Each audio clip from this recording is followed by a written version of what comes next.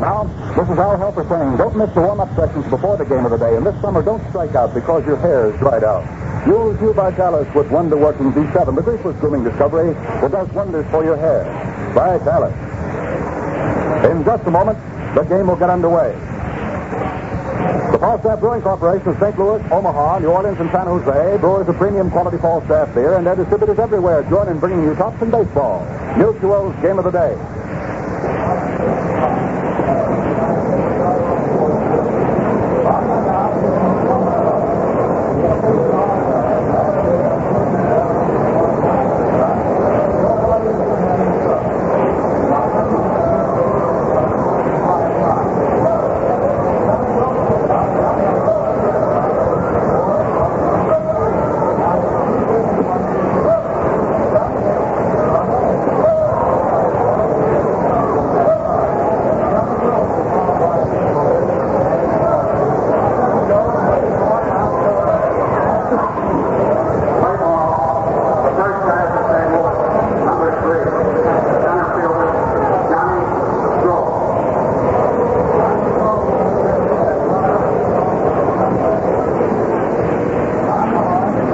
Everybody, we're ready for the ball game here between the 7th place St. Louis Browns in the American League and the battling 3rd place Chicago White Sox. 6.5 games off the pace being set by the New York Yankees. And the first hitter up here for the St. Louis Browns will be Johnny Gross, hitting at 2.51. He's a right-handed batter playing center field for the Brownies under Marty Marion. And the good old sidekick along with me this afternoon, old Pops Gleason. So between the two of us, we'll be trying to dish this one out for you this afternoon from Comiskey Park in Chicago. You'll hear it in just a minute. There's a pitch to the plate. Fastball by Rogovan is swung on. Hit down to the right side of Nellie Fox. The second baseman doubles it up, fires to first base in time, and Gross is out on one pitch ball. Well, that happened pretty quick, Art. If the rest of the ball game's this fast, that's all, brother. Yes, sir. That Fox has really been great, Al, down this drive the White Sox have been making. Boy, I want you to know that boy hustles at that second base slot anytime. Anytime he's in uniform, got a pair of spikes on, he's out there running. Well, here's a guy who can cuff that ball for you. For the St. Louis Browns, their left-hand hitting right fielder, Dick Kokis. He stands about 3/4 deep in batter's box, opens the stance down toward first base, and Big Saul Rogovan fires a fastball at him and gets it over for a called strike. This broadcast, authorized under the broadcasting rights granted by the Chicago White Sox, solely for the entertainment of our listening audience. And any rebroadcast of this ball game without the express consent of the White Sox is prohibited. Now the pitch to the plate to Kokis. In it right, low, and the count is 1 ball and 1 strike. Dick Kokis batting at 268. He's the second man up for the Browns here as Rogovan pitches. Kokis swings. There's a high fly ball hung out into right field. Going back deep for it, right up against the boards, leaping. He cannot get it. It's into the right field stands for a home run. Dick Kokis, a home run, lofted into the right field stands here to put the Browns out in front, 1-0. Sam Mealy went back, leaped high on the boards and couldn't get it. That's the 15th run batted in. For Kokis, hit number 1, run number 1 off Saul Rogovan. That ball didn't look as though it was going to fall in there at all. It was sort of lofted high. Dick Kokis comes along and gets the first home run for the Browns in the month of July. That brings his total to 4 now. That's the 42nd home run the Browns have manufactured to date. Now hitting right-handed is Roy Sievers batting at 232. Swings on the first pitch and hits it right back to the mound. Rogovan grabs it, fires it over to Fain at first base, and that is the second out here in the top of the first inning. Well, this ball game has gone boom, boom, boom so far. The left fielder, batting number 4 in the order, is the right-hand hitter, Don Lenhart. Lenhart's hitting at 284. 1-0 in favor of the St. Louis Browns. Kokis lofting a home run into the right field stand, 352 feet away from home plate. Rogovan kicks, delivers a fastball, fired through at the knees to Don Lenhart for strike 1 call. 1-0 in favor of the St. Louis Browns. Last night, the Browns stopped the winning streak of the Chicago White Sox. Beat them 4-2. Pitch to the plate is over. Nice curveball for called strike 2. Don Lenhart's a big guy. Stands about 3/4 deep at the plate. Straightaway stands to the pitcher. Big Rogovan, who is trying for his 5th win of the year and right now is 1 run behind. Rogovan has won 4 and has lost 9. Big fella throws a fast curveball, swung on and missed for strike 3. And that is all for Lenhart here and the Browns in the top half of the first inning. 1 One big run for St. Louis on one base hit. Coker's fourth home run of the year lofted into the right field stands with the bases empty. There were no errors, and nobody was left on. So the score at the end of the first half of the first inning. The St. Louis Browns won, and the now coming to bat Chicago White Sox, nothing. For the last half of inning number one, it'll be Fox, the second baseman, followed by Ferris Fain, the first baseman. Minnie Minoso, the left fielder, will be the number 3 hitter for the White Sox. And if anyone else is needed, then we'll have the number 4 hitter in the order, Bob Elliott. That's the veteran Bob Elliott, who was with the Browns before being dealt over here to the White Sox just a few days back.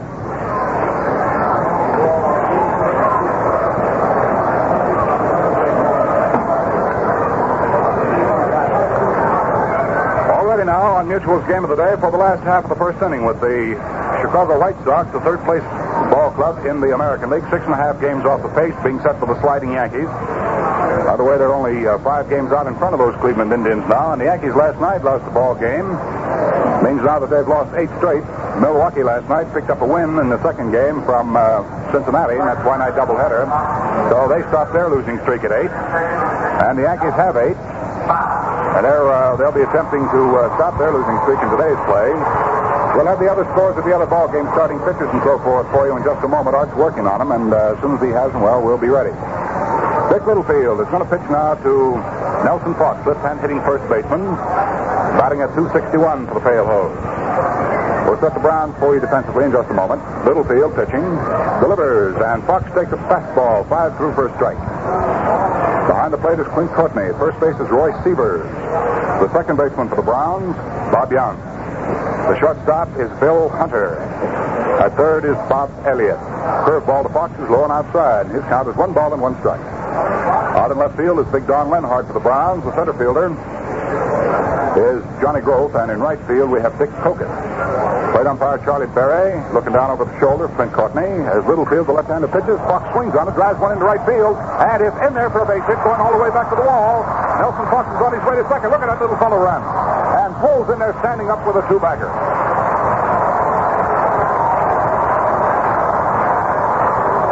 Nelson Fox driving one off the wall in right field for a base hit. So he made a pair of bases on that one, and coming up, hitting left-handed, is Ferris Fain. Fain batting at .270. He was last year's American League batting champion. Art, did you ever see anybody run so fast with little chopping steps as that Fox did just now? He was really churning, wasn't he? Oh, my. He was really picking them up and laying them down. Nelson Fox jumps around like a batty rooster and runs like one. Runs like a scared rabbit. What's Littlefield? That's it. Third to left-hand batting Ferris Fain, high off the face for ball 1. Art, we sure had a fine time down at Fort Worth yesterday. At the Cats Ballpark. Really something. There's a fastball swung on by Fain. A line drive hit out into right field. Dick Kokis comes up to it, has the range, grabs it, throws in, and there goes Nelson Fox tagging up, going into third, sliding. Ferris Fain is out on the line drive to Dick Kokis in right field. Fox tagging up and moving over on the line drive to third. Now we have Minoso. Minoso is the number 10 hitter in the American League percentage-wise. His batting percentage stands at .307. Hits him right-handed, and with 1 out, the tying run is on at third base. A 1-0 ball game in favor of the St. Louis Browns, who walked out here in the first inning, and Kokis hit a home run, his 4th of the year, into the right field stands to put the Browns out in front, 1-0. So Littlefield, in danger of losing that 1-run advantage, gets ready to pitch now to right-hand batting Minnie Minoso. Infield pulls up, hoping, of course, to get a chance to cut Fox down at the plate. There's a change-up curveball thrown by Littlefield to Minoso off the hands inside for ball 1.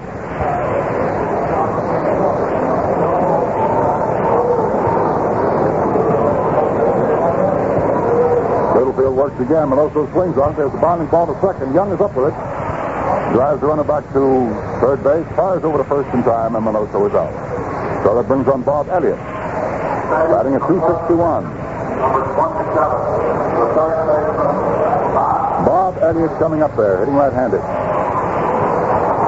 That's sir. Yesterday at the Fort Worth Ball Club, we had quite a time at LaGray Field, along with Dizzy Dean, Gene Kirby, Carl Jonas, Spencer Harris, the president of the Fort Worth Cats Ball Club, is a terrific host. Certainly did put it on for us yesterday. We deeply appreciate everything that happened to us in Fort Worth yesterday. Ready for the first pitch now to the right-hand hitter, Elliott. In a drive, high off the face for ball one. Ball has an overly closed stand, feet wide, spread apart. In comes the pitch. Let up curveball over to knees. And the count on Elliott is 1 ball and 1 strike. 1-1.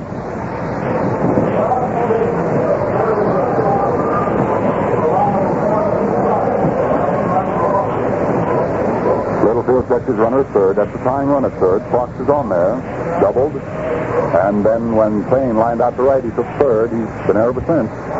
Curveball swung on by Elliott. There's a hard-hit ground ball to shortstop.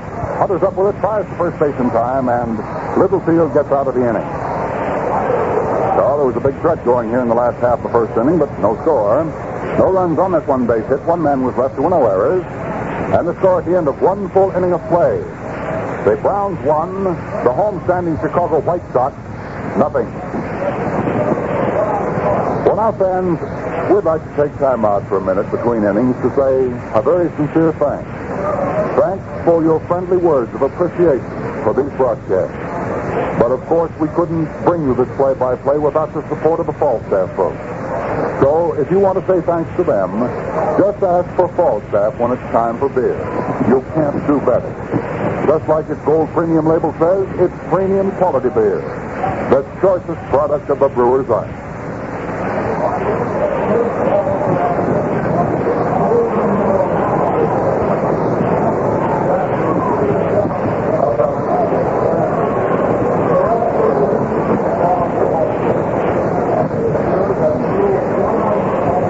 Into the top half of the second inning here at Comiskey Park in Chicago. The sun has been lost for the moment as once again an overhanging cloud has come between the sun and the folks here in the ballpark. Talking about the folks in the ballpark, let's receive the wife from Fort Lauderdale, Florida. From Scorecard Harry and all the fans down there. Saying that they listened yesterday to Mutual's game of the day out of Fort Worth. And that they listen every day to Mutual's game of the day down at Fort Lauderdale, and we're very happy. Said that they're hoping that the Fort Lauderdale Lions stay up on top in the Florida International League for Pepper Martin's sake. Well, old Pepper Martin's quite a boy. He's got himself quite a manager down there. Very colorful gentleman. And the gentleman he is. We're ready now for the first pitch here of the top half of the second inning. Clint Courtney batting at 256. Bernard, he's hit safely in how many ball games now? I think he's 8 for 12. He's raised his average 50 points in this road trip, Al. How about that, huh? The left-hand hitter goes after the first pitch and knocks it foul off the handle of the bat for strike one. Saul Rogovan pitching here for the White Sox this afternoon. Down comes the next pitch, over. That's called strike 2. No ball, 2 strikes. We're in the first half of inning number 2. Courtney to be followed by Dyke and then by Young. 1-0 in favor of the St. Louis Browns. Rogovan ready, delivers a fastball right off Courtney's kneecap. That's ball 1. 1 ball and 2 strikes. We were speaking a moment ago about the Florida International League. Just before I left the hotel, phone rang, and on the other end of it was a guy by the name of Ben Chapman. I know you remember Ben. Quite a figure in Major League Baseball. There's a curveball to Courtney high. Counted 2-2. And just as soon as we find out what happens with Courtney, I want to tell you what Ben Chapman, the manager of the Tampa Smokers of the Florida International League, told me on the phone. I really think it's something. I'd like to pass it along to you fans. Now for the 2-2 pitch. Rogovan takes his sign from Red Wilson, his battery mate. Here's the 2-2 delivery. Rogovan's fastball is swung on by Courtney, dragged down to the right side. Payne deep behind first up with it. Fires to Rogovan covering, and Courtney is out. So we have one away here in the top of the second inning. Well, Ben Chapman said on the phone to me just about an hour and a half ago. He said, Al, we think something's happened down here that you'd like to know about. I said, what's that, Ben? He said, a group of businessmen and civic leaders in the city of Tampa have purchased, they've bought the franchise of the Tampa Smokers, and they've turned it into a non-profit organization. All the profits, all the money that will be made by the smokers from here on out will go to all charitable organizations, such as the Boys Club and the Institution for the Blind and things of that sort. And I don't think this has ever been done in baseball before. I think they're setting the pace for things of this nature down at Tampa, Florida. I would like to send our congratulations along, at least for the experiment that will be tried by some civic-minded men and businessmen down in the city of Tampa. By the way, tomorrow at the Floridan Hotel, they're going to have a meeting at 7:30 o'clock, and we sincerely hope that you folks down around Tampa who are interested in this venture will get over to the meeting, because the doors will be thrown open and you'll be able to come in. Now hitting right-handed will be Jimmy Dyke, batting at 204. And the first pitch to Jimmy Dyke of the Browns here is a fastball low for ball one.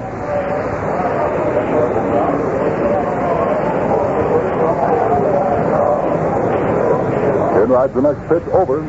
The count is 1 ball and 1 strike. Jimmy Dyke up for his first at-bat of the day. We're in the second inning, 1 out, nobody on. The Browns at bat and leading in the ball game 1-0.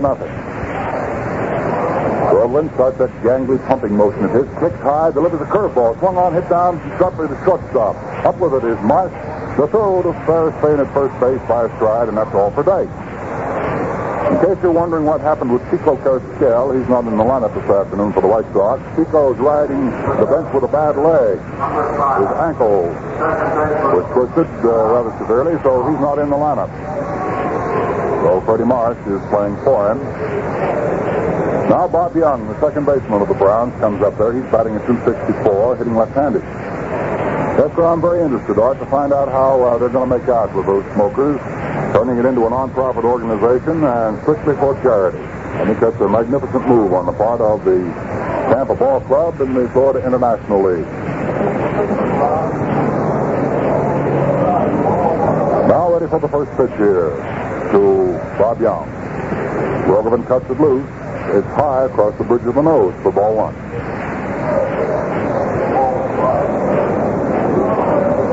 Two outs, nobody on. Top half the second inning, score 1-0 in favor of the Browns. Rogovan works. The fastball swung on, hit out in right center field. There's a pretty well-tagged ball. That might be in there. It is up against the right center field wall. On his way to second base is Young and holds up there with a stand-up two-bagger. He really smacked that one for 2 bases. In the right center field, right up against the wall. That has to be hit about 400 feet from home plate. So there is hit number 2 off Rogovan. And the batter coming up is Bill Hunter, the shortstop. Hunter is batting at 261. Well, I've got to say this, Art, that both of these hits that have come off Saul Rogovan have really been tagged. Yeah, that wind's helping them a little bit too up there, Al. Yeah, that's for sure, Art. We're going to watch this guy intensely. They're not going to monkey around with Hunter. They're going to walk and get the little field. So there's ball one way outside. The order has been put out. Put the man on. While they're putting him on, we might run over the results of last night's Major League scores in case your paper didn't get a chance to carry them. Some of the games were pretty late. Yesterday in the National League, Chicago defeated St. Louis 10-3, and Cincinnati split with Milwaukee. They won the first game 6-3 from the Braves. The second game was 1-6-4 in favor of Milwaukee. Second game went 10 innings too. The Pittsburgh Pirates defeated the New York Giants last night 3-1, and in 10 innings, it was Philadelphia defeating Brooklyn 10-9. Over in the American League, St. Louis, as we told you, defeated Chicago 4-2. Boston took New York 5-4. And Cleveland beat Detroit 6-4 in a ball game that was called at the end of the 5th inning because of rain. Washington and Porterfield shut out the Philadelphia Athletics last night 3-0 with Porterfield hitting a home run. So that brings us up to date with everything. And as far as the ball scores are concerned, well, as soon as we get an opportunity now, Art will have some scores for us, so we'll cut him loose. Hunter is on, having been walked intentionally, and Dick Littlefield, hitting left-handed, is up there. Saul Rogovan fires a curveball at him that's just under the knees for ball one. Rogovan is charged with one base on balls. However, it was ordered. 2 down, 2 on here in the top of the second inning. Browns leading 1-0. Rogovan works. A fastball fired in off the pitch, right up against the body. 2 balls, no strikes. That's the count on left-hand batting Dick Littlefield. Marty Marion, the manager of the St. Louis Browns, is running his ball club from the coach's box behind third. And you see right now, putting on all the signs. They're looking around, checking him.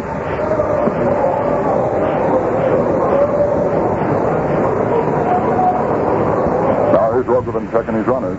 Delivers to and over the plate. A fastball swung on and hit back through the middle for a base hit. Littlefield singles into right center field.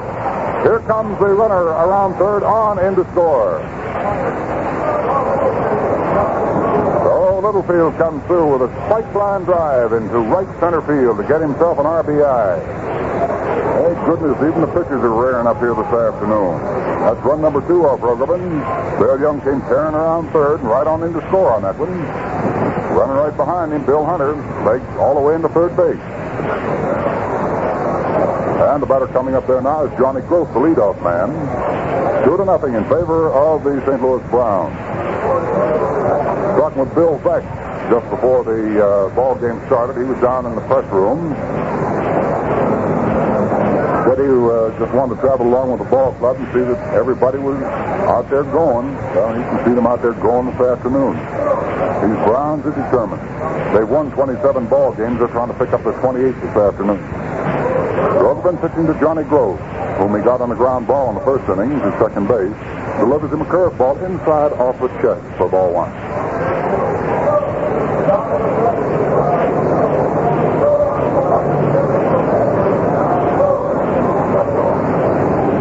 Rogovan in trouble here. Runners at first and third. 1 run is scored. Browns leading 2-0. Rogovan takes his time from Wilson. We have some activity now down in the bullpen for the Chicago White Sox. It looks like Dory warming up. They're out behind the center field fence in the bullpen. It's pretty hard to see them from here. Pitch to the plate is over but low, and the count is 2 balls and no strikes on Johnny Grove. Also, Sandy Consuegra throwing in the bullpen for the White Sox. Paul Richards will have a couple of guys on tap if Rogovan should falter here anymore. Runners at first and third. The pitch is made and taken over the outside corner. Just waist high for a called strike. So Johnny Grove now has moved the count to 2 balls and 1 strike. We're in the first half of the second inning. 2 out. 1 run has been scored. There are still 2 men on for the Browns. Second base is open. First is occupied by Dick Littlefield, the pitcher who slammed in the run with a line drive single into right center field. At third is Bill Hunter. There's a sidearm delivery that's over nicely on the outside slice at the knees for a called strike 2. So the count on Grove now is 2 balls and 2 strikes. Grove calling for time is Charlie Berry. Allows it. Grove dries his hands and steps back in. It's hot here in Chicago this afternoon. At a temperature hovering near the 100-degree mark. Wind blowing in from behind center field is just enough to keep the shirts dry, and that's about all. But it's warm. Everyone's sitting around enjoying the sunshine. Runners at first and third taking lead. In comes the pitch. It's swung on by Grove. There's a high pop-up going out into short right center field. Nelson Fox, the second baseman, under it. Little fella's got it. There's out number 3. So that's all here in the first half of the second inning, in which the Browns come up with 1 run on 2 base hits. There were no errors, and 2 men were left off. So the score at the end of 1.5 innings of play, Mutual's game of the day from Comiskey Park in Chicago. It's the Browns 2, and the homestanding Chicago White Sox nothing.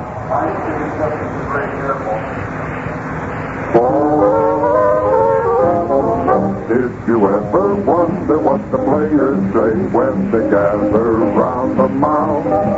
Now from all we've heard on the players' word, it's got a real familiar sound. All about Falstaff beer, the right beer, yes sirree. Falstaff beer is premium quality, for it's the product of the brewer's heart. So sing out for Falstaff, sing out for Falstaff, sing out for Falstaff beer.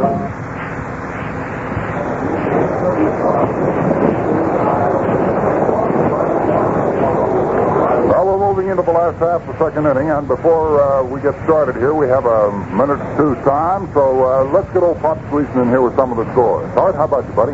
Right, Al, in the American League, at the end of 2 innings, it's scoreless up at Fenway Park in Boston. For the Yankees, Johnny Steen is pitching, and for Boston, Mel Parnell. Cleveland is playing at Detroit, not yet started, and Washington and Philadelphia are playing a night game. At the end of 5 innings, at Polo Grounds, New York, the Giants 3, Pittsburgh 1, Magley going for the Giants, Lindell for Pittsburgh. Milwaukee and Cincinnati not yet started. Philadelphia, Brooklyn, and Chicago, St. Louis, both night games. Al? All right, ready to go here with Rivera coming up to the plate. A left-hand hitter swings on the first pitch, hits the line drive into right field. Focus up to it and tries to drop it. He can't get it. Gets by him. Rivera still running. Dives into third base, and he's there at third base.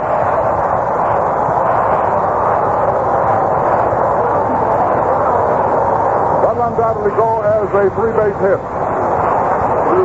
A 3-base hit. The official score just comes up with it. A 3-base hit for Jim Rivera. Pounded by Dick Cocos in right field. And you should have seen that Rivera diving into third. He lost no time whatsoever. And for the White Sox, that's their second hit in the ball game off Dick Littlefield. And now the potential first run for the White Sox is on at third base, and Sam Mealy, batting at 279, comes up there. Mealy has 34 runs batted in, has his opportunity of picking up his 35th right here and now. The infield on the left side, Bob's up, and they're playing shallow, despite the fact that this hitter up there is a right-handed batsman. Now we're ready to go. That is the 6th triple for Jim Rivera this year. He really pounded that one right by Dick Cocos, who came in fast and tried to trap a low line drive, and it got by him. Bounced right over his shoulder, right out to the wall, the right field. Jim Rivera just kept right on traveling. Now the first pitch to the plate is over for a called strike to Sam Mealy. Sabbath Mealy watches a curve whistle by high and outside for ball 1. 1 ball and 1 strike.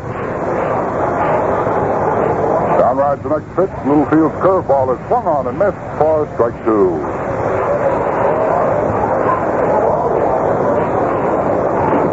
One ball, 2 strikes. Outfield is fanned around the left of Mealy, playing him deep. Sam will hit that long ball for you.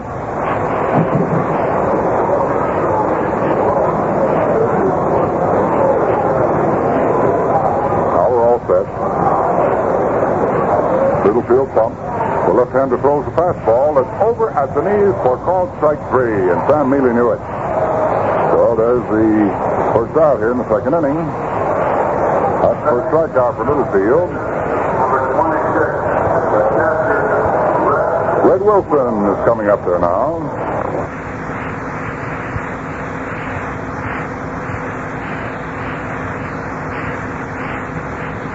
Wilson's batting percentage is .272. He has the opportunity of getting the run in from third. The first White Sox run. The score stands 2-0 now in favor of the Browns. Wilson looks around to get a sign of some kind. Always that. Littlefield delivers a slow curveball. Wilson after punches it into right field. Coming up to it is Dick Cocos. Grabs that ball. There's a tag up at third. Rivera's coming in. And he makes it sliding. Score the run. So Red Wilson will get his 5th run batted in. Now a 2-1 ball game in favor of the St. Louis Browns. The batter is Freddie Marsh hitting at 222, the shortstop for the White Sox this afternoon. 2-1 in favor of the Browns. As Marsh steps up there, hitting right-handed. Freddie Marsh was with the Browns, if you recall. He stands away from the plate and steps into the pitches. Steps into this one, swings on it. There's a high fly ball hung into deep left field. Don Lenhart goes back. The wind's got the ball, but Lenhart stays with it and makes the catch for out number 3. So that's all here for the White Sox, but they get into the run column on one base hit. 1 run, 1 base hit. No errors and nobody left on. So the score at the end of 2 full innings of play. The St. Louis Browns 2 and the Chicago White Sox have 1. Well, say, neighbor, here's the simplest recipe for real deep-down pleasure you ever heard. Just take a cold, frosty bottle or can of premium quality Falstaff in your hand. Now slowly pour that clear golden beer into a glass and let it rise and cap itself with creamy white foam. And finally, taste Falstaff's remarkably smooth, true beer flavor. As easy as that, you've got a perfect glass of beer every time. So be sure to take home a handy pack of 6 bottles or cans of Falstaff, nationally famous for premium quality.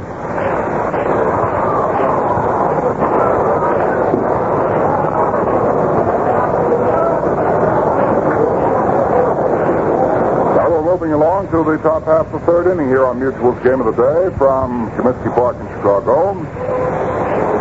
Yes, sir. Our good friends Dizzy Dean and Gene Kirby both getting a well-deserved rest today. So, old Pops Gleason and I sitting right here at Comiskey Park in Chicago, beating our gums together and talking about this one. All right, you're sort of a sight for sore eyes, buddy. Haven't seen you for quite some time. Still here, Al? Yeah, I see you are, boy. You're always welcome on this microphone, too, and that you know. Still getting fat and sassy. Yeah, I don't know about that fat. You look about the same as you did in 1950, but you're sassy. You're twice as sassy as you used to be. Ready to go here now in the 3rd inning. First bat up is Dick Kokes, hitting left-handed.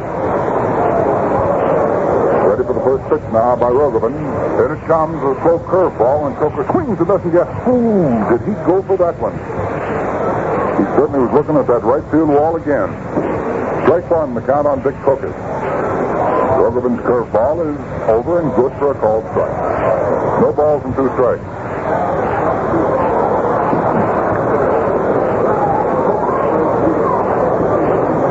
Outfield is stand around the right and playing deep for Kokes. He can poke him. Now the 0-2 delivery by Saul Rogovan. In it rides fastball way inside, and that almost got Kokes. Right on the short route. He just dived out to the right to keep him being flunked by that one.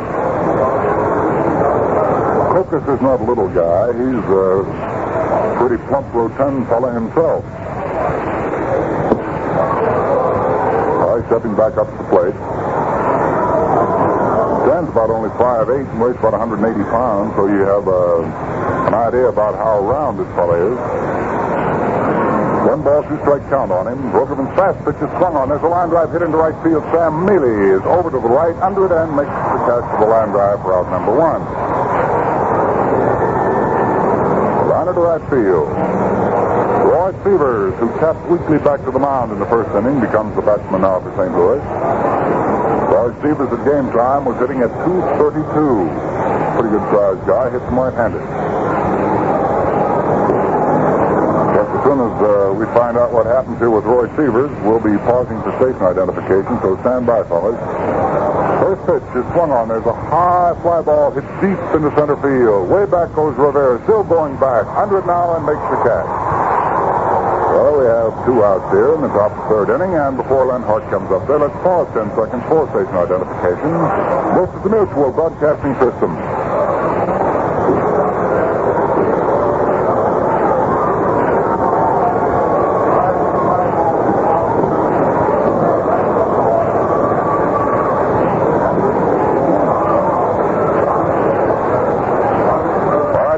Go with Don Lenhart, hitting right-handed. Don struck out in the 1st inning to retire the side. Guess you just tuned in with us. It's a 2-1 ball game in favor of the Browns over the Chicago White Sox. 2 down, nobody on, top of the third. Rogovan pitching to Don Lenhart. He does. Lenhart swings and doesn't get it. That's strike one. Rogovan coming in there fast with a curveball off the hand. Big right-hand hitter gets a little farther back from the plate now. Ramsey spikes in good. And then turns around and says to Charlie Berry, "Will you take a look at that ball, buddy?" So Charlie Berry, the plate umpire, asks Rogovan to give it up. He looks at it, fires it right back out to the mound, says to Lenhart, "It's all right."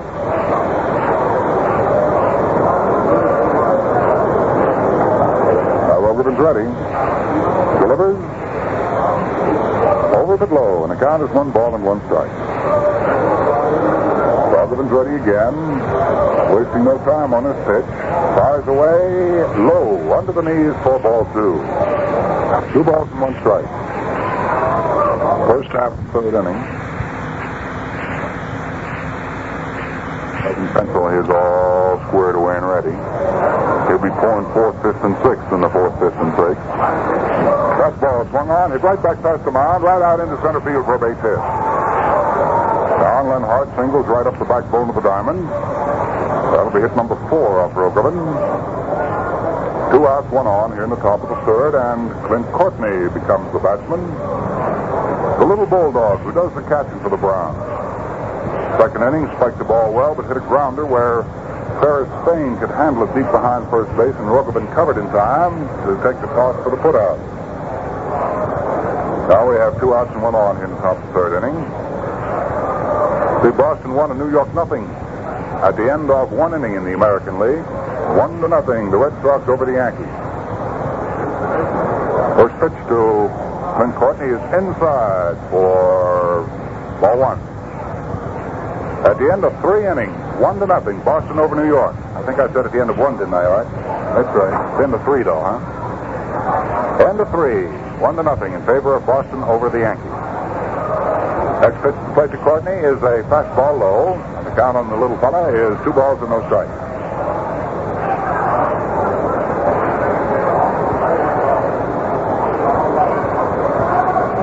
Rogovan gets ready.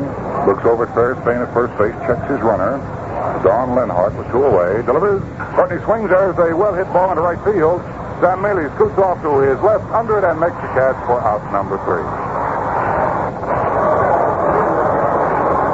Pretty well-hit ball, and Sam Mealy had it played just right. No runs, 1 base hit here in the third inning for the Browns. There were no errors for the White Sox. 1 Brownie left on. That means they've stranded 3. Now going to bat 3 times. And the score at the end of the first half of the third inning. The Browns 2, the Chicago White Sox 1. Tickets for this game are now on sale at Listening Park, Wrigley Field, and down. For the last half of inning number 3, we're going to have Saul Rogovan, who is a pretty fair hitting pitcher. To be followed by the leadoff batsman, Nelson Fox, and then Ferris Spain. Courtney, who made the last out here in the third inning, back putting on the protector, getting ready.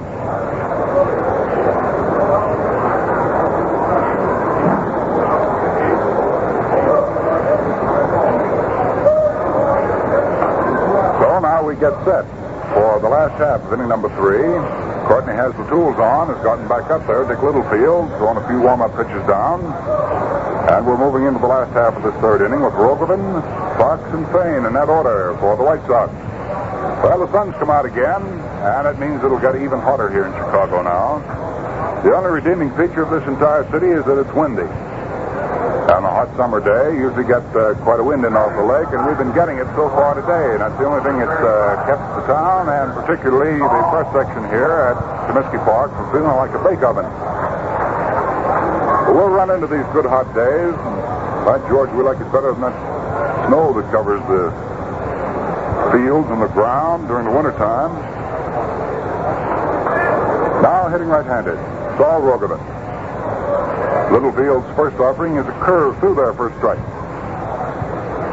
Comes right back with a fastball and misses with it low inside across the shins to Rogovan.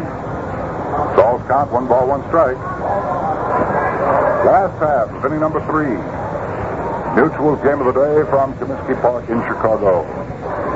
Littlefield's fastball is into the dirt. Courtney can't hold it. 2 balls, 1 strike to count on Rogovan.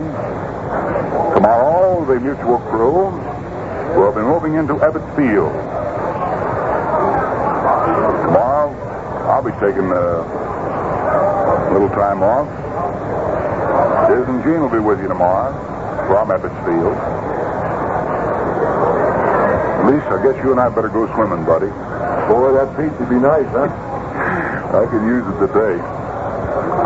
Littlefield gets ready, kicks high, throws, way outside for ball 3. So the count is 3 balls and 1 strike on Saul Rogovan, opening the last half of the 3rd inning here for the White Sox at Comiskey Park. And they're behind as the Browns lead them 2-1. We've had 1 home run in the game so far. Dick Coker struck a home run in the 1st inning with the bases empty. Pitch to the plate to Rogovan is outside and low for ball 4.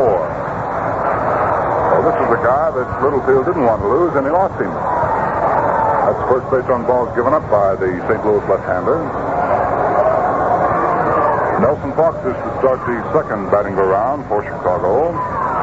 Deli came up in the 1st inning, lined one down the right field line up against the wall for 2 bases. So he has 1 hit and 1 try. Little fella choking up on the wood, stands in batter's box deep, or hugs up tight against the plate. Beats the meat end of the bat down on the rubber of home plate, and waits for Littlefield to fire away. In comes that pitch, and Fox takes it high for ball 1 right off the shoulder. Bob Elliott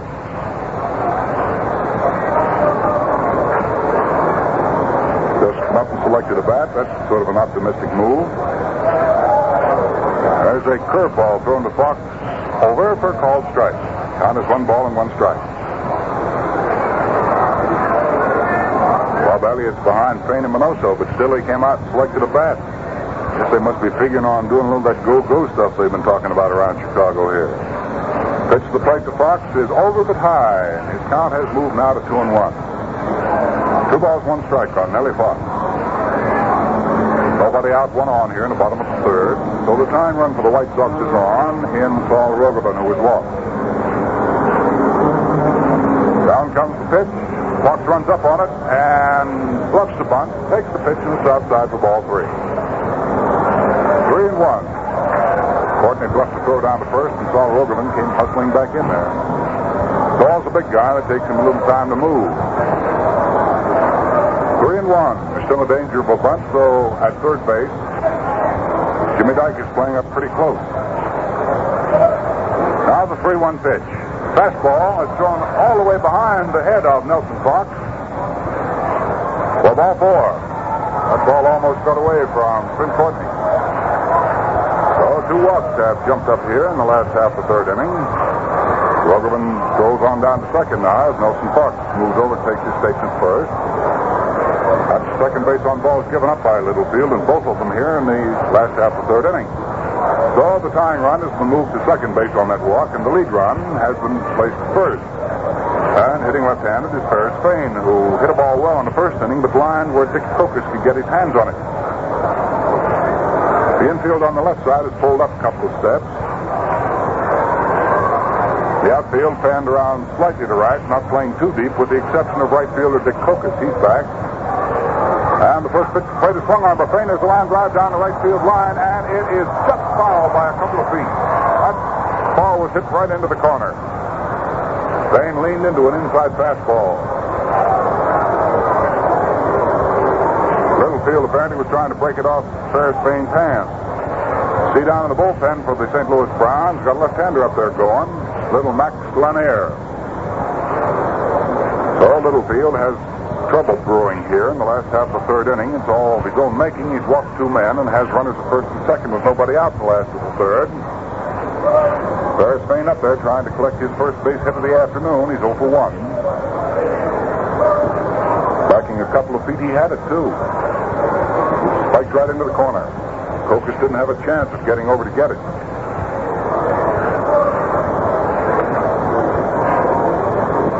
Littlefield taking plenty of time here. Mops his brow with a handkerchief. Looks around, checks his infield and outfield, finds his infield playing up pretty close.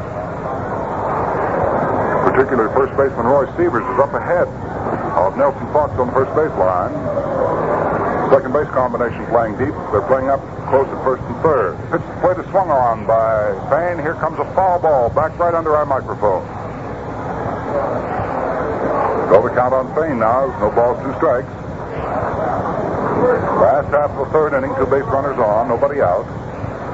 2-1 in favor of the Browns. The White Sox are threatening now.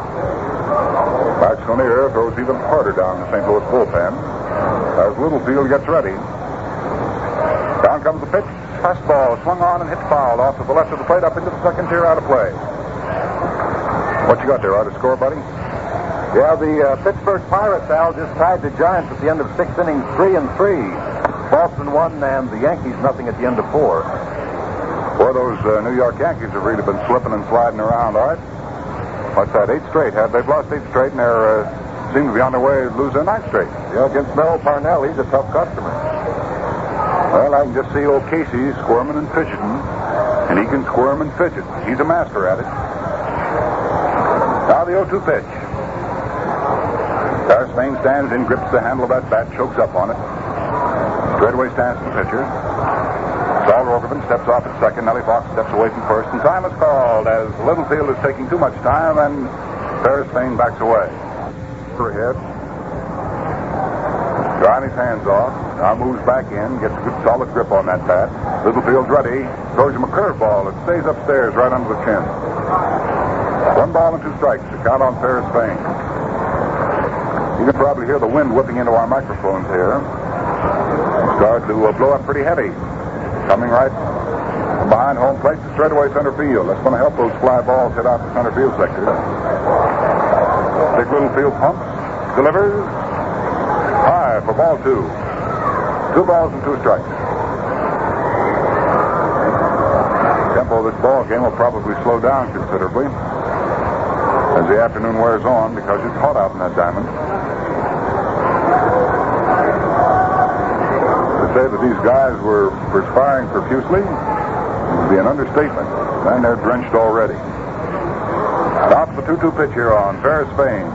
2 on, nobody down, last half of the third inning. Down comes the pitch, there goes the runners.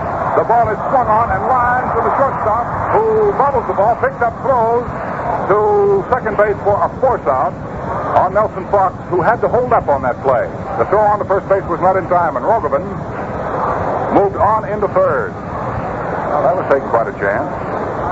Paris Fain lined to the shortstop, Hunter, who bobbled the ball and dropped it net to pick up and throw for the force out at second.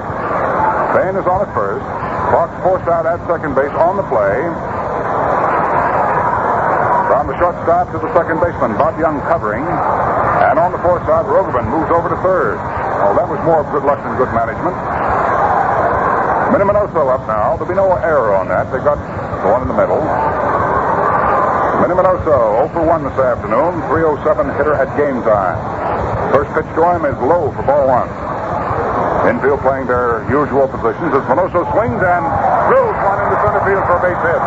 Rogerman comes in. There goes Minoso on his way to second. The ball still rolling back to the wall. Coming on around is Paris Fain. He's going to try to score. It's a stand-up linebacker for Miniminoso.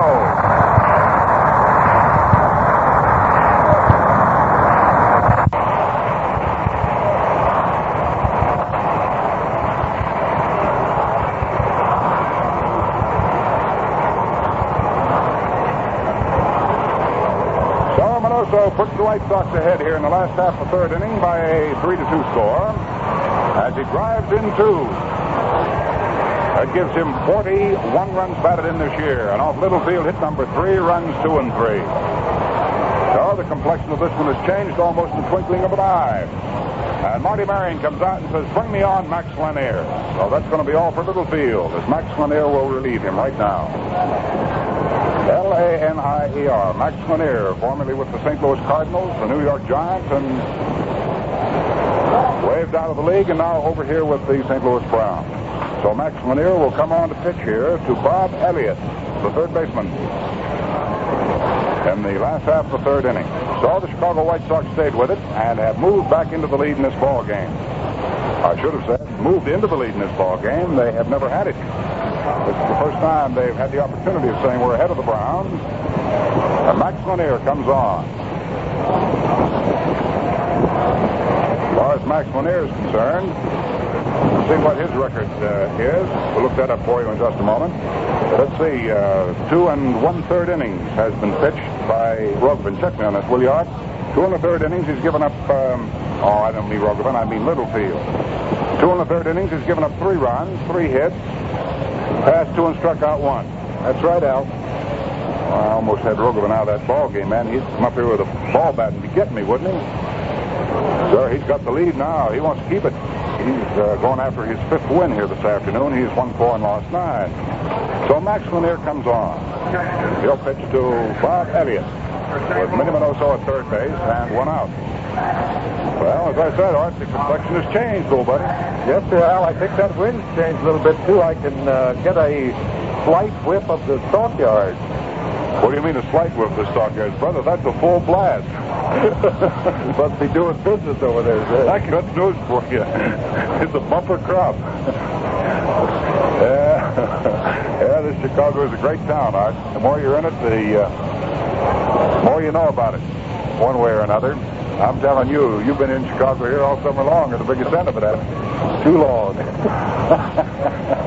If the Chicago Chamber of Commerce is listening, we're only kidding.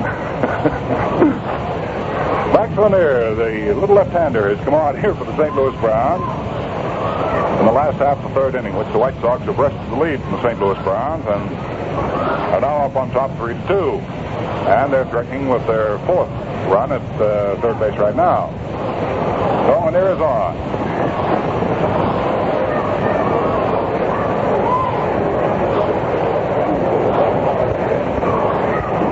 Max Lanier's throwing the last of his warm-up pitches now, and he's ready to face Bob Elliott, who grounded out in the 1st inning for Dick Littlefield. This Dick Littlefield won 2 ball games over the Chicago White Sox and hasn't lost one. But both of the 2 wins he has over the White Sox, both of those games, he didn't finish either one. So they got him out of here now. He stands to lose this one. Brownie's infield now is pulled up tight. Minoso at third. 1 out here in the last half of the 3rd, and Bob Elliott standing in. Lanier offers him a soft, easy curveball that is under the knees for ball 1. Minoso has hammered in 2 runs to run his total for the year to 41. Wilson has the other run batted in. Max Lanier, chunky left-hander, looks down at Bob Elliott, his former teammate. Former teammate on the Giants, former teammate on the Browns. Throws him a curveball, and Bob takes it. It's over for a called strike.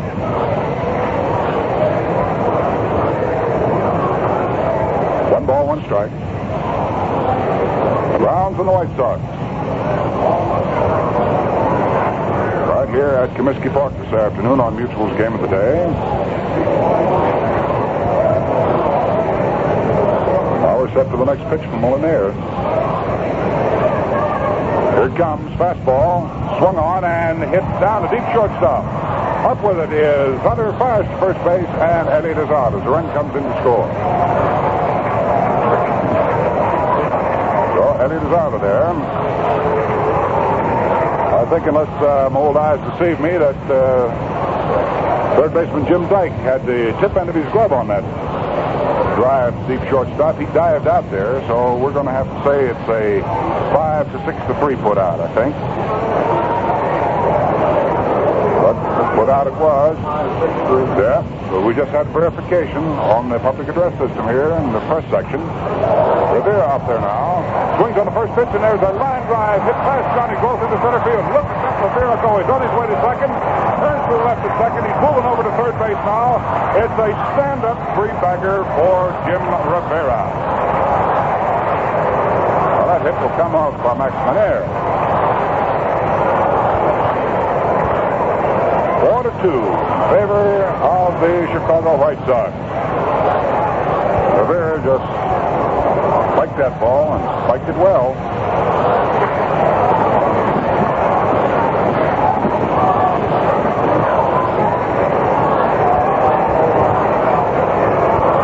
Coming up to the plate now is Sam Mealy. Going to get out there. We were going to go out there and pick up a few of those bricks or stones out to weight these papers down. I'll tell you, it's really blown up a gale here, isn't it? I thought I had one of those Texas Longhorns here for a minute. Man, I tell you, it really blows down there in Texas, too. You should have been down there yesterday, Art. It was really great. Just enough wind to keep it cool enough to be pleasant. Nice, bright, brilliant sunshine. And when that Cowtown posse came out at that ballpark, look out, boy, that big Star of Texas flag. You should have seen old Diz right in the saddle there. He was hooping it up with a vigilante. I think we had all the humidity up here in Chicago. Well, you might have had all the humidity up here in Chicago, but not quite all of it. It was a little bit warm. Now, let's see. Rivera on third base, and over at first, the first baseman, Roy Stevers, is called for the ball and goes over and steps on first base and appeals to the first base umpire, Stevens, that Rivera did not touch going by first base. And it's going to be allowed. It's going to be allowed. The appeal play is going to be allowed. It took them a long time to do it, but they just this minute did it. Well, there's one for you. So that'll be out. Number 3 on an appeal play. I don't think I've seen an appeal play executed that long after all had been stopped. An appeal play. Jim Rivera did not touch first base, and the umpire, Stevens, allows the appeal. So that's all here in the third inning. So 3 runs come in here for the Chicago White Sox on 2 base hits. There were no errors, and nobody was left on. So those things I guess you got to watch out for pretty closely. Well, before we get into the 4th inning, we'd like once again to remind all of our good friends around the country that baseball at its best is being played this year in the minor league. So we sincerely hope that you're getting out to see every ball game you possibly can. Well, right here at the end of 3 innings of play, the score stands the White Sox 4 and the St. Louis Browns 2. Well, isn't it good to be able to relax occasionally with no cares, no hurry, nothing to do but sit back and listen to the ball game? Well, that's just one more detail to complete that picture of solid entertainment and contentment. What is it? Why, a cold bottle or can of Falstaff premium quality beer. Always keep it handy in the icebox, and then when you take it easy, and it's true beer refreshment you want, it's yours, just by filling your glass with frosty cold Falstaff beer. Nationally famous for premium quality.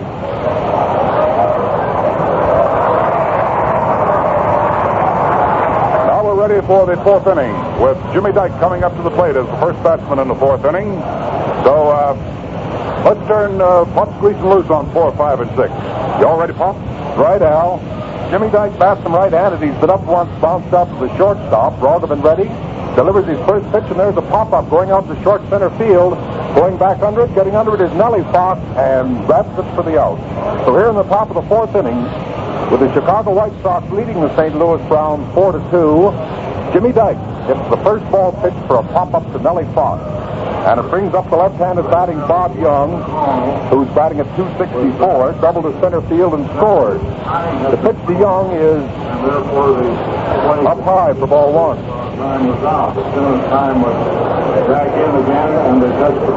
Bob Young bats it left-handed, takes up high for ball 1.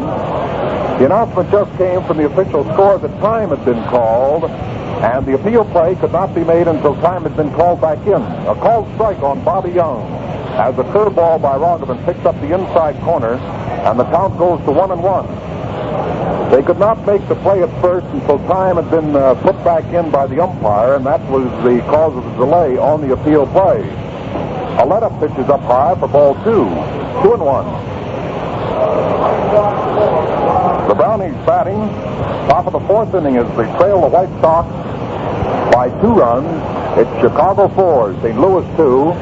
1 away here in the top of the 4th, and the count 2 balls, 1 strike on Bobby Young. Roggeman delivers a fastball that's high for ball 3. 3-1 the count on Bobby Young. In case you joined us a little bit late, defensively, the White Sox have Minnie Minoso in left, Jim Rivera in center, and Sam Mealy in right. The big right-hander, Saul Rogovan, delivers, and it's low outside for ball 4, and Bob Young gets the base on ball. That's the second walk given up by Rogovan. He walked Hunter intentionally back in the second inning. Your infield for the White Sox, Bob Elliott at third, Freddie Marsh playing in the absence of the injured Carrasquel at shortstop, the hustling Nellie Fox at second, the battling Ferris Payne at first, Red Wilson behind the plate, and the big 6'2" right-hander weighing 205 pounds, Saul Rogovan on the mound. And he's getting ready to pitch now to Bill Hunter. Hunter bats him right-handed, swings and sends a looping fly ball out toward right field. There's Nellie Fox back on the edge of the grass. Sam Mealy comes in, and Mealy makes the catch. So Bill Hunter lifts a soft pop fly to short right field, taken by Sam Mealy. And there are 2 men out here in the top of the 4th inning. And it brings to bat now Max Lanier, who went in to replace Dick Littlefield. And Max Lanier, although he pitches left-handed, bats him from the right side.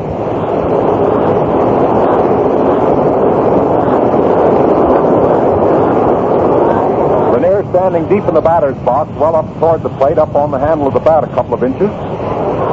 And we have a runner on here in the top of the 4th with 2 men out. The pitch to Lanier is a curve that breaks outside, ball 1. If there's any question about that, Rivera playing, he loses. Rivera, of course, lost a hit on the appeal play as he was out at first base. Had the appeal been made at second, of course, he would have got credit for a single. But a swing and a miss by Max Lanier, and the count is even at 1-1.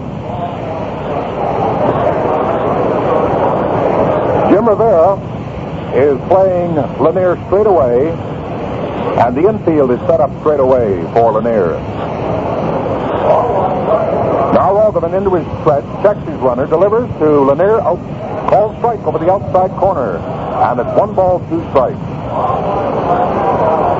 Charlie Berry calling the balls and strikes, Johnny Stevens at first, Jim Duffy calling the plays at second, and the veteran Bill Summers over third. 4-2 the score in favor of Chicago. The pitch is swung on and fouled off the end of the bat, and the count remains 1-2. In case you join us a little bit late, at the end of the first inning, the Cleveland Indians lead Detroit 2-0. At the end of 5 innings, Boston leads the Yankees 1-0. At the end of 7 innings, it's tied up Pittsburgh 3, the Giants 3. And at the end of the first inning, Milwaukee 2, Cincinnati 0. Everything else in the majors going tonight. Here's the 1-2 delivery, and it's swung on. A ground ball hit out to shortstop. Up of the ball is Freddie Marsh, puts the force on Bob Young as he tosses to Nellie Fox, and the side is retired. Max Lanier rounds into a 4th play. Freddie Marsh to Nellie Fox for the force on Bob Young to retire the side. And for the St. Louis Browns in the top half of the 4th inning, there were no runs, no hits, no errors. 1 man was left on. And at the end of the first half of the 4th inning, the score remains the Chicago White Sox 4 and the St. Louis Browns 2.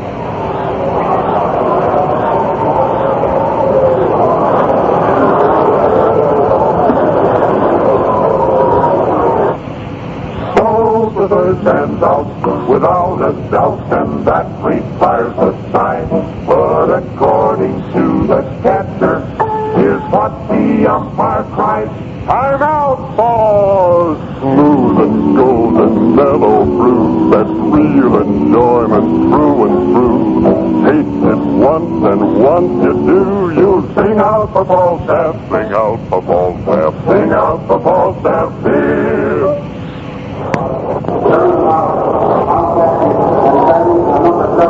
Moving now into the top half of the 7th inning as the Storm just blew up here for the Chicago White Sox, scoring 7 runs. The storm brewing up behind us in a lot of dark clouds. And we've got a storm brewing up for you right now as we call on Brother Al Helfer to come back in here and take over. Man, I don't know what kind of a storm it's going to be for, but we really had something right here. Yes, sir, those Sox have had 11 base hits to go with their 11 runs. 7 runs. We're ready here in the top half of the seventh inning with Johnny Gross coming up now, and Doris is ready to make the first pitch to him. He does. Whistles a curveball through there for a strike. The new catcher for the White Sox is Sherman Lawler. And Vern Stevens has gone to shortstop. First pitch is swung on by Gross. There's a high foul ball hit off to the left of the plate. Lawler coming over, getting under, takes the catch for out number one. So Sherman Lawler's batting in the number 7 position.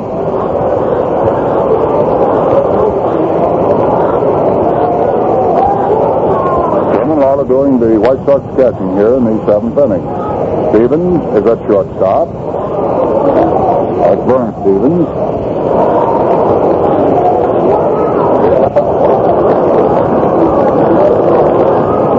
We'll cut the rest of the changes for you in just a moment.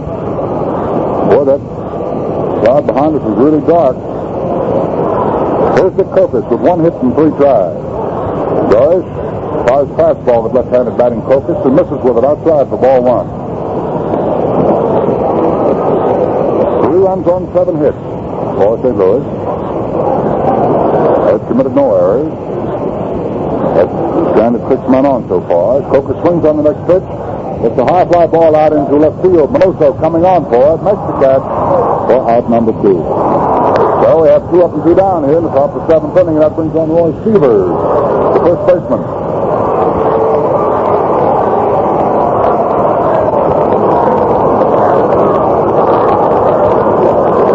So the White Sox defensively now have Harry Dorish on the mound. Behind the plate, Sherman Lawler. Kane is at first. Fox at second. Vern Stevens at short. Bob Elliott at third. The outfield remains the same. First pitch to right-hand hitting Roy Sievers is swung on a miss for strike 1.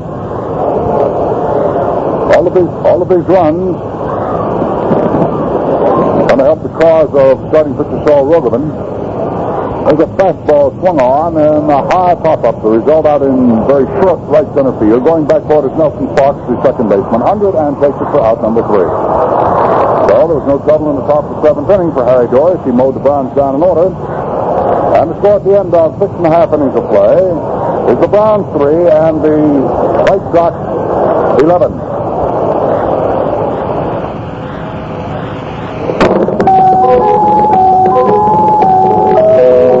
Old Fred, direct, it's the 7th inning step. Puts the stretch a little bit, so relaxing you'll admit. First of all is clean. Refreshment time is here, so we sing out a fall staff. Smooth and golden mellow brew. Sing out a fall staff. Premium quality through and through. Sing out a fall staff. Gin.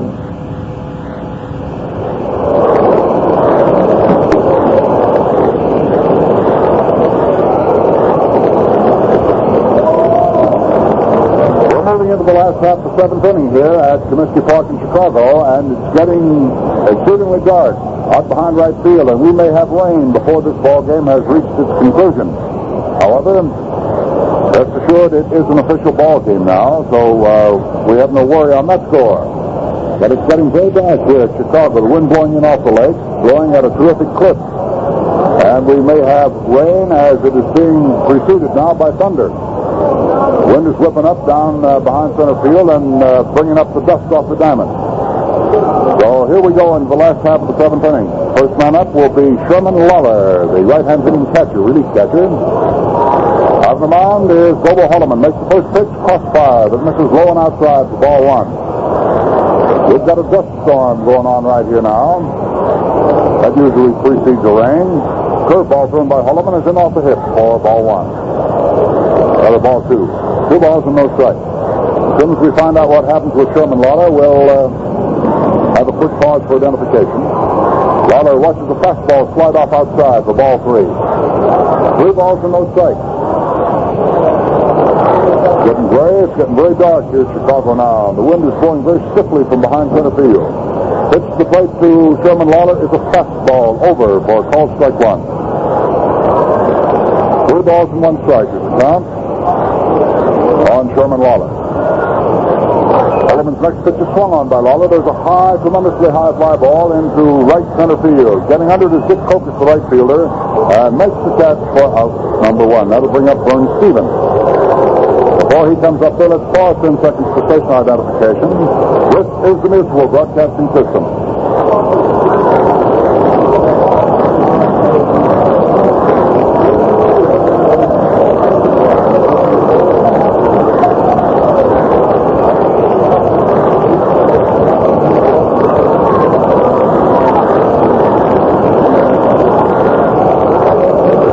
Right-handed now for the Chicago White Sox with 1 out, nobody on in the last half of the 7th inning. Vern Stevens. He's been used in a utility role here for the White Sox. Swings on the pitch and doesn't get it. Double Holloman rears back, fires again. Stevens backs off, takes a curve on the corner for a called strike. Holloman ready again. Wasting no time. Delivery. Strike 3 swinging. So that's all for Vern Stevens. Goes quickly out of there, and Holloman hangs up his first strikeout of the afternoon. Coming on now is Harry Dory, the White Sox relief pitcher. He came on, if you recall, in the 6th inning. Came on to pitch to Hunter. So he pitched 2/3 of the 6th inning. First pitch is swung on by Dory. There's a line drive hit into left field. It's in there for a base hit. So Dory is on. Down, Dory shot with a rifle shot in the left. That off Holloman is hit number 2. That's hit number 12 all told for Chicago. Still continues to be dark and threatening here, but so far we haven't had any rain.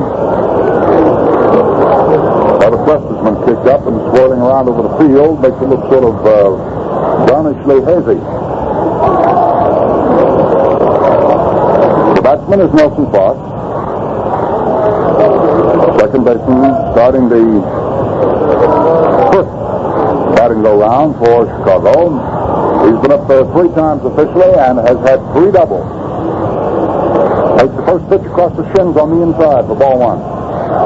Joyce, the base runner at first for the White Sox here in the last half of the 7th inning.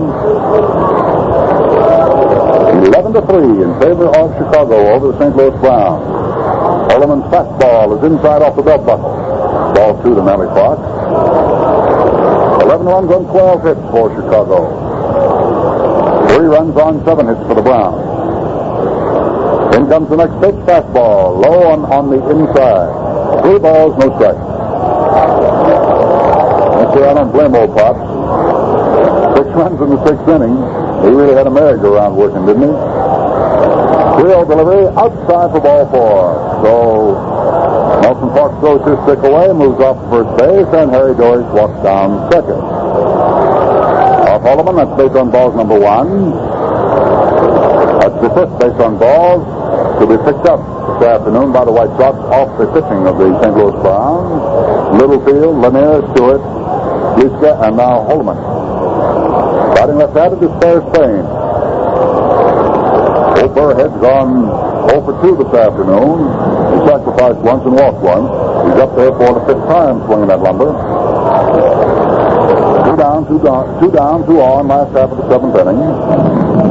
There's that thunder rattling around here in these Chicago skies. Looks as though it's raining outside the ballpark, but so far we haven't had any in here. Last pitch to the plate is up above the letters. Ball 1 the count to Ferris Payne.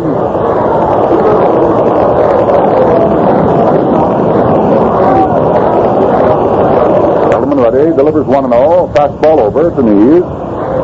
Count is 1 ball and 1 strike on Payne.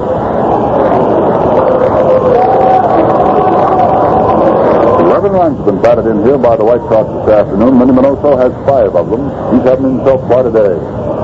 Curveball looks like a screwball breaking outside to a left-hand hitter. Ball 2. 2 balls and 1 strike to count on Ferris Payne.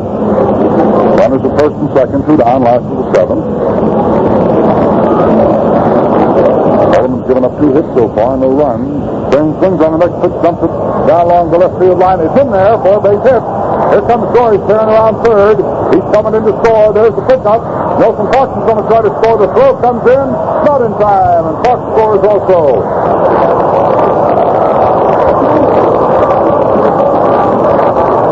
Coltrane drops one down the left field line. We're batting a pair.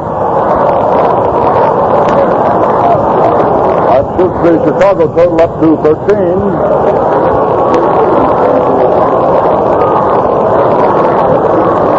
Was wasting no time. He was tearing around at third base. Larry Dory easily scored from second.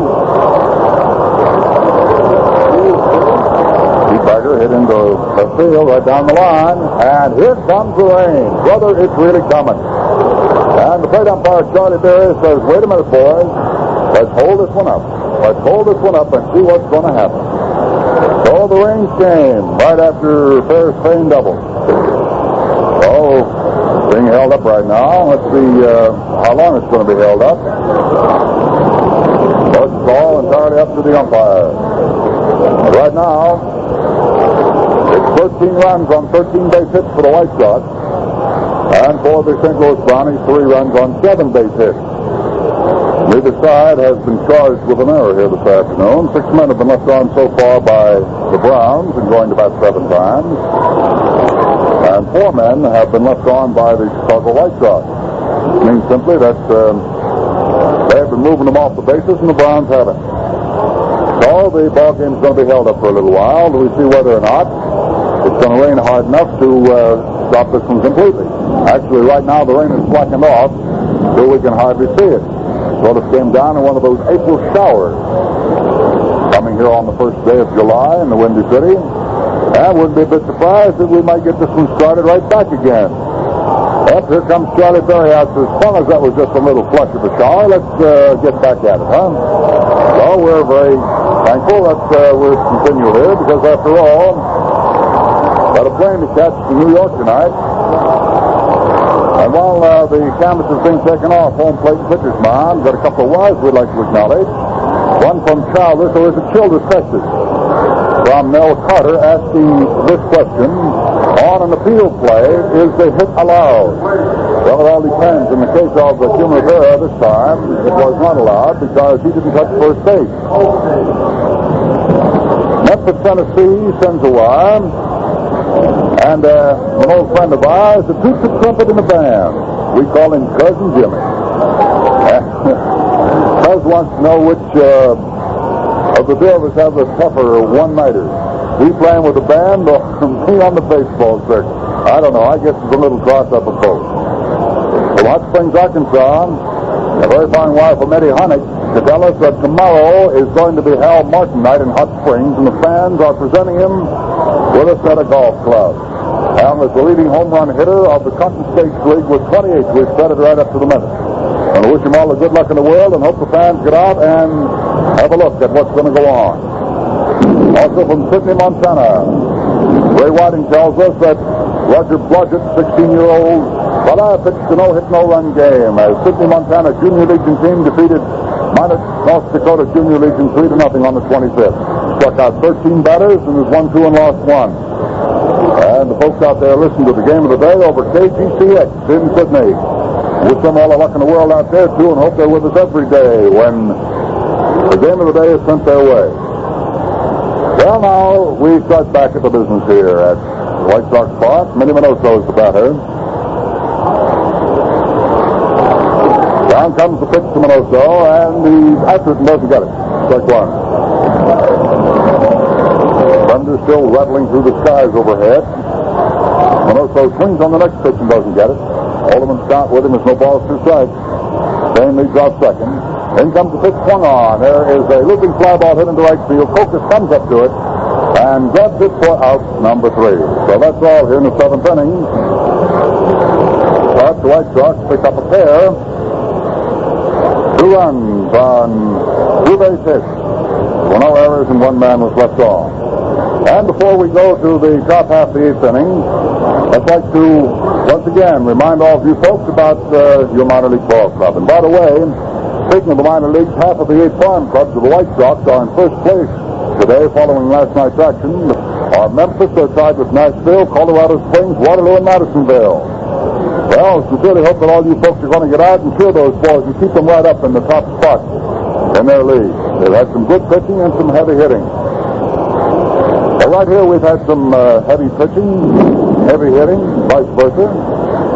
And the score at the end of 7 innings of play is the White Sox 13 and the St. Louis Browns 3.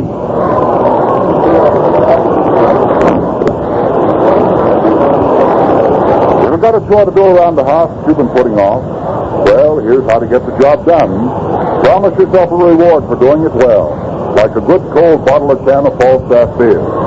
You'll treat yourself to the finest, the premium quality in Falstaff, guaranteed right on its gold and white premium label. Yes, sir, Falstaff is always the choicest product of a brewer's art. Tell you what I'd like you to do. Just taste premium quality Falstaff, and then you'll see what I mean.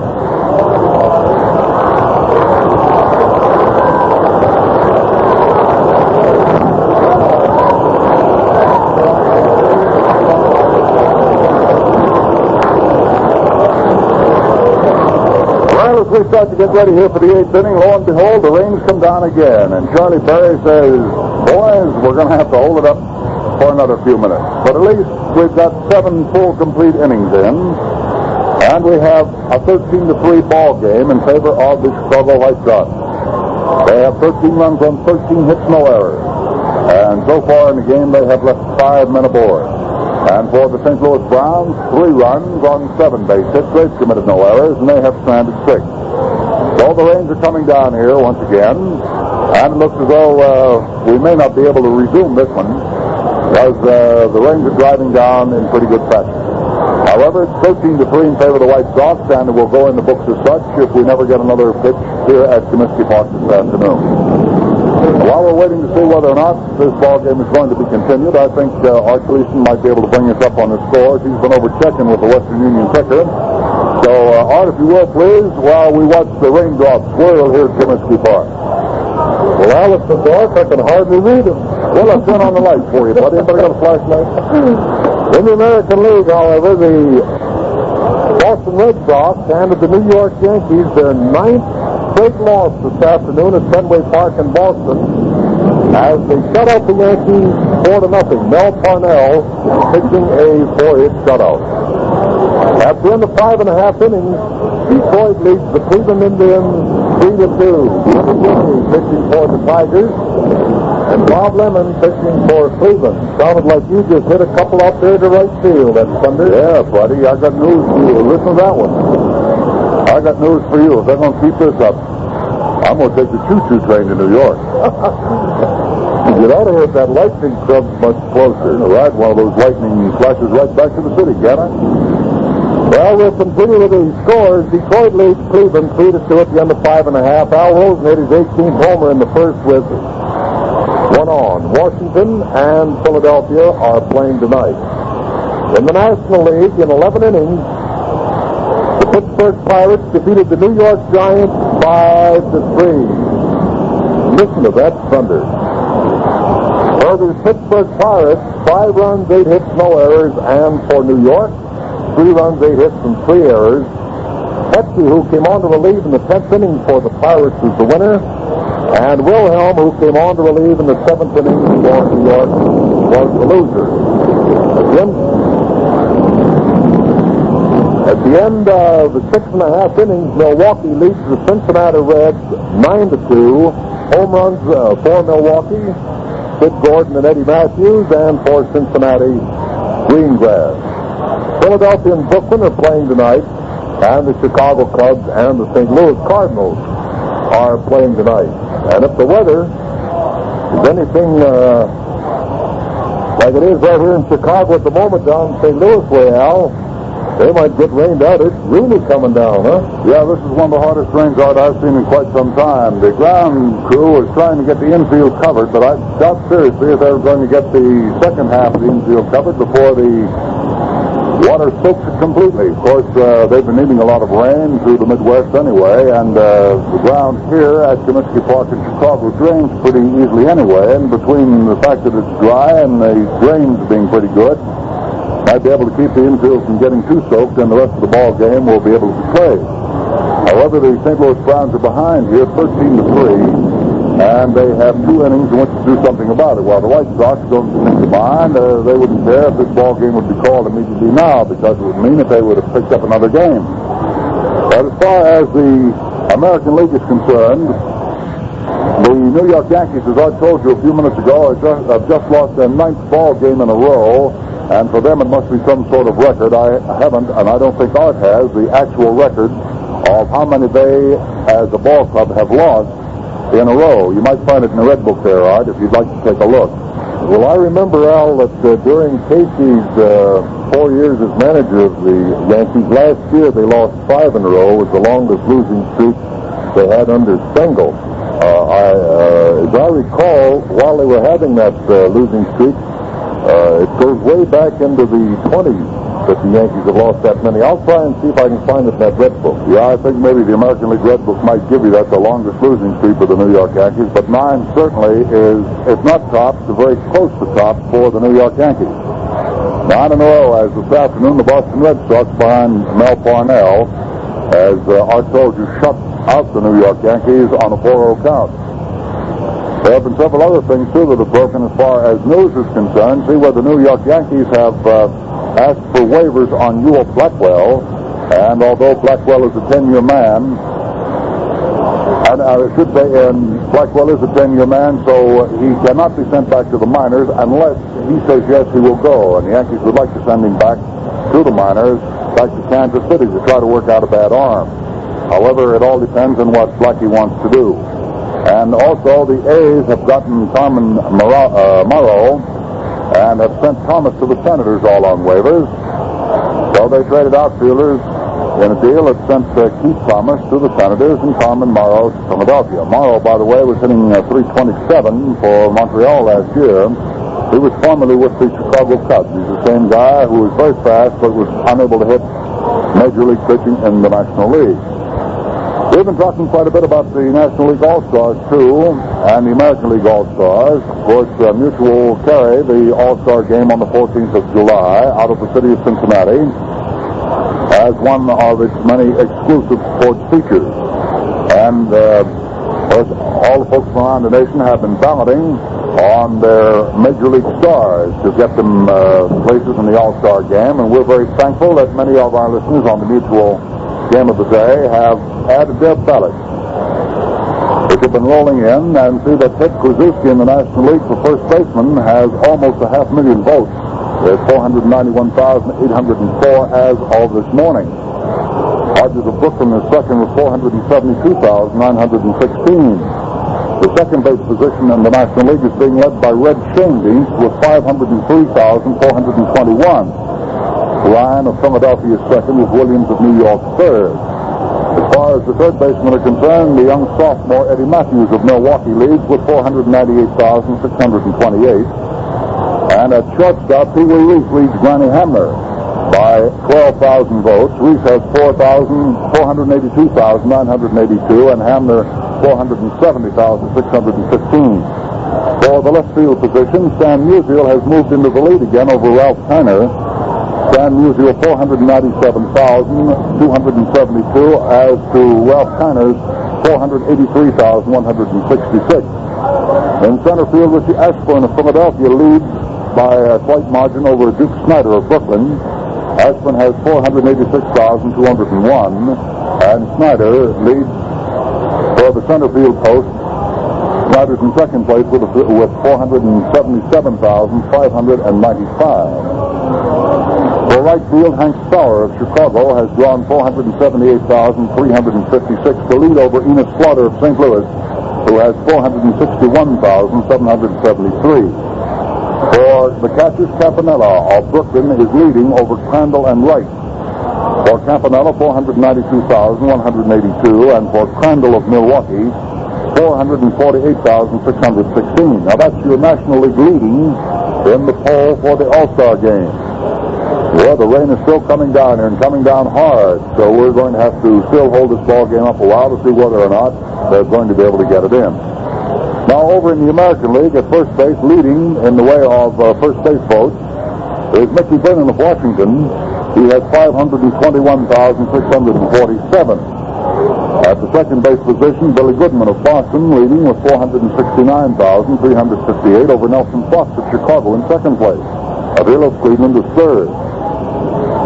For the third base position on the American League All-Star team right up till now, it's Rosen of Cleveland with 474,229. Suter of Philadelphia, surprisingly enough, is in second place, 431,813. Then comes Skell of Boston with 428,155. For the shortstop position, still Little Scooter leads everybody in the American League. He has 472,306. Skell of Chicago is second with 464,000. And then it drops way down to Keene of Detroit with 273,000. So it looks as though it will be a fight between Rizzuto and Carrasquel for the starting position on the American League All-Star team. In left field, Gus Gurnio of Philadelphia is leading with 483,511. Minoso of Chicago second with 442,704. For the center field position, Mickey Mantle of the New York Yankees leads with 529,887. And then Busby of Washington is in second with 335,000. So Mickey Mantle has quite a lead for the center field spot in the American League All-Star poll. In right field, Hank Bauer of the New York Yankees leads with 481,548. And almost 100,000 behind him is Newman of Detroit with 376. 224. Then comes Mealy of Chicago. The catcher, Yogi Berra, out in front over White of Boston. Berra of the Yankees, 494,649, while White of Boston has 372,114. We thought we'd bring you up to date while we had a few minutes time here, waiting to see whether or not the rain would abate. It's been going in the All-Star poll, and we're very grateful to all of our listeners across the nation who have taken pencil in hand and written out their starting line. So our poll is closed now, and we're waiting for the final tabulations on just who the men will be playing in the All-Star game this year. As far as the standings of these two ball clubs are concerned, these two leagues are concerned, in the National League, Brooklyn is still out in front by 1/2 game over the Milwaukee Ball Club. But that's on the losing side. Both teams have won a total of 42 games. Brooklyn has lost 26, and Milwaukee has lost 27. So there are only 9 percentage points separating Brooklyn and Milwaukee in the National League. And that's going to make for an even tighter race, as St. Louis in third place is only 2 1/2 games off the pace. They've won 40 and lost 29. Philadelphia comes in fourth place then, 3 games off the pace with a 37-27 affair for a percentage of 578. And then comes the fifth place New York Giants. They're 7 1/2 games behind, followed by Cincinnati in sixth place, 12 games behind. The Chicago Cubs in seventh, they're 18 games behind. And Pittsburgh bringing up the rear with 20 1/2 games behind. In the American League, the New York Yankees, who slid down another one here this afternoon, and Cleveland, who has their ball game to go yet. They're 5 games behind right now. The New York Yankees, having lost their ball game to Boston, find themselves only 4 1/2 games out in front, and should Cleveland win the ball game, then Cleveland, who right now are behind Detroit 4-2 at the end of 7 innings, if Cleveland should pick up and win that one, they'll find themselves only 4 games behind. Chicago is in third place, and the White Sox are 6 1/2 games off the pace, and if they should win this one today, New York having lost theirs, they'll go to 5 1/2 games behind, while the Boston Red Sox, who tagged the New York Yankees, have picked up an entire game on the New York Yankees and are only now 9 1/2 games behind in fourth place in the American League. Washington follows then in number 5 position, 13 games behind. Philadelphia in 6th are 16 games behind. And St. Louis in 7th, 22 games behind. Detroit in 8th are 27 games off the pace. Well, that's about how everything stacks up in baseball as far as the All-Star poll is concerned, and as far as the standings in the Major League clubs are concerned. That brings us up to the minute on the information we've been able to secure around the circuit. And as far as this ball game here is concerned, it was held up at the end of 7 full innings of play, with the White Sox leading the score. The White Sox 13 and the Browns 3.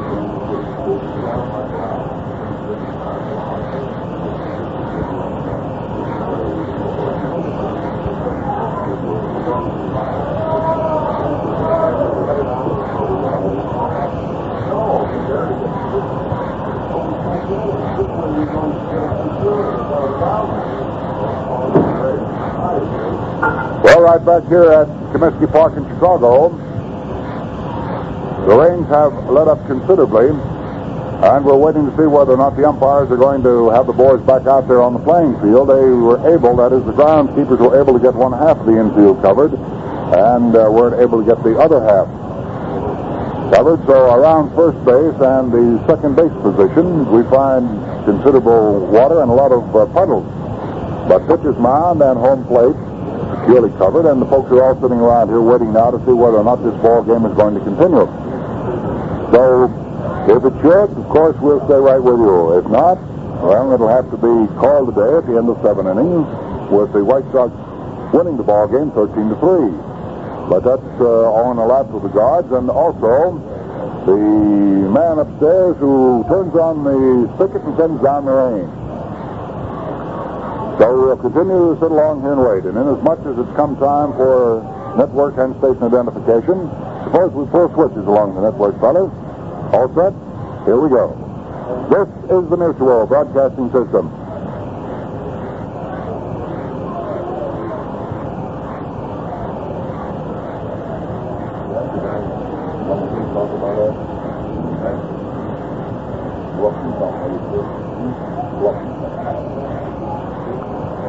Right back here to Comiskey Park in Chicago now, and we were saying a few minutes ago that 9 losses by the New York Yankees must for them set some sort of a record. Well, we've been looking through the books and we haven't been able to find any tabulation of it. But Art Gleason's still looking through the books, and he's been looking for the longest losing streak in the American and National Leagues, and I think he's come up with it. So, Art, how about you coming on in here and telling the folks about what you found out? Well, Al, they're a long ways from the most consecutive games lost. The record is 26, which is set by Louisville on May the 22nd of 1889. Then in 1899, Cleveland, who at that time was in the National League, they lost 24 in a row. And the modern record, of course, is 20 games lost by Boston in the American League in 1906. Philadelphia in the American League, July 21st to August the 8th of 1916. And Philadelphia again lost 20, August the 7th, August the 24th of 1943. So the Yankees, we don't have just how many they lost, but I believe, Al, it was during the year of 1925 under Miller Huggins when they finished in 7th place that they had their greatest loss of consecutive games. But just what the number is, I don't recall. I do recall back in 1950, though, we had a lot of weather just like we're having here at Comiskey Park today down at Griffith Stadium in Washington. Remember those days? Oh, yeah, I can remember those very well, Art. They used to hold up the ball games, and we'd look up the sky and say, well, let's see, will it get over or won't it get over? Then we'd take a look at the clock and say, well, we might as well cancel out on yonder airplane because I don't think we're going to make it. And just about the same situation has happened here this afternoon, Art. Although the rain has let up considerably, it's still coming down here. I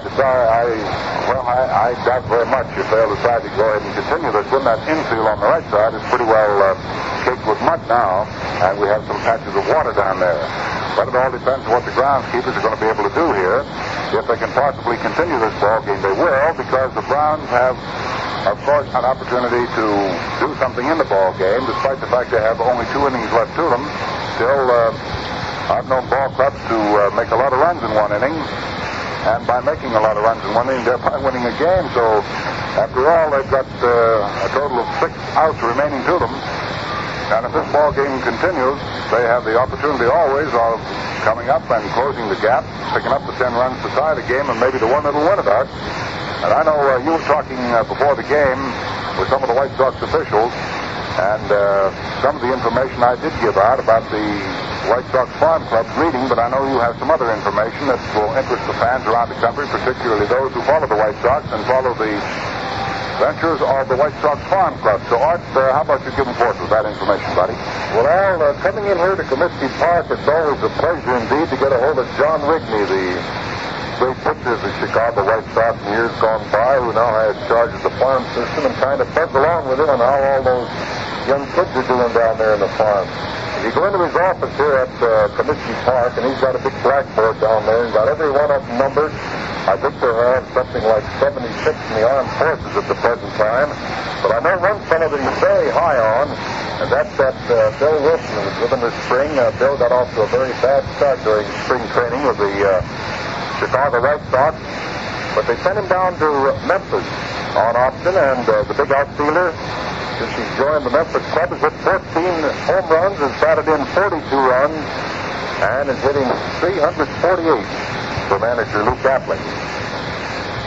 Following tonight's game at Hutchinson, the Topeka Owls, the White Sox affiliate in the Western Association, return home to play host to the Joplin in a 4-game series. Link Norris Owls are currently in second place.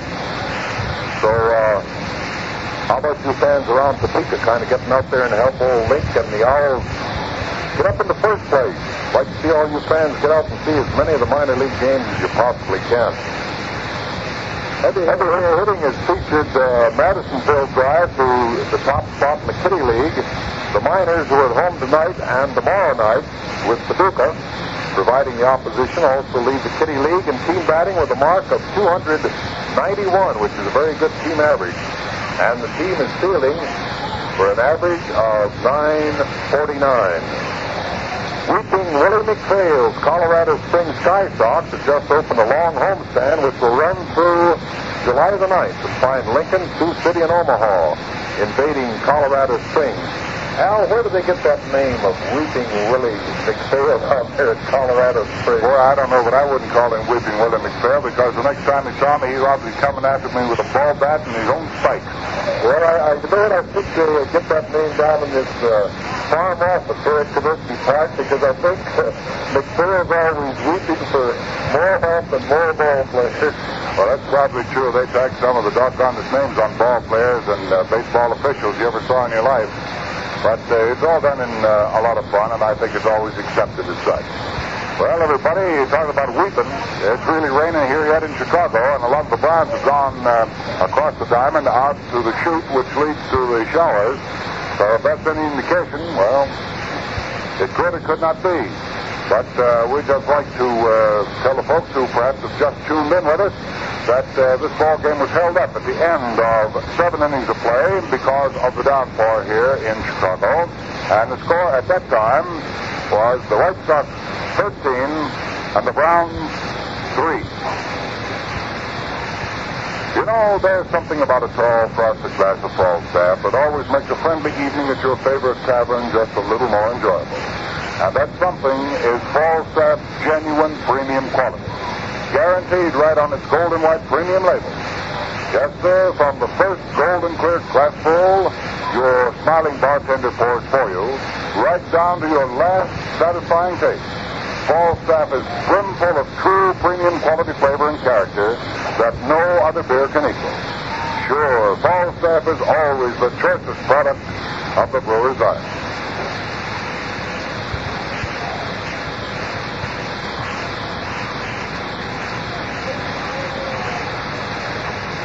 Right back here to Comiskey Park in Chicago with the rain having almost stopped. There's a possible chance of playing the rest of the ball game and getting it in. However, it's a 13-3 ball game right now in favor of the Chicago White Sox as we wait and see what plate umpire Charlie Sperry and his cohorts are going to do.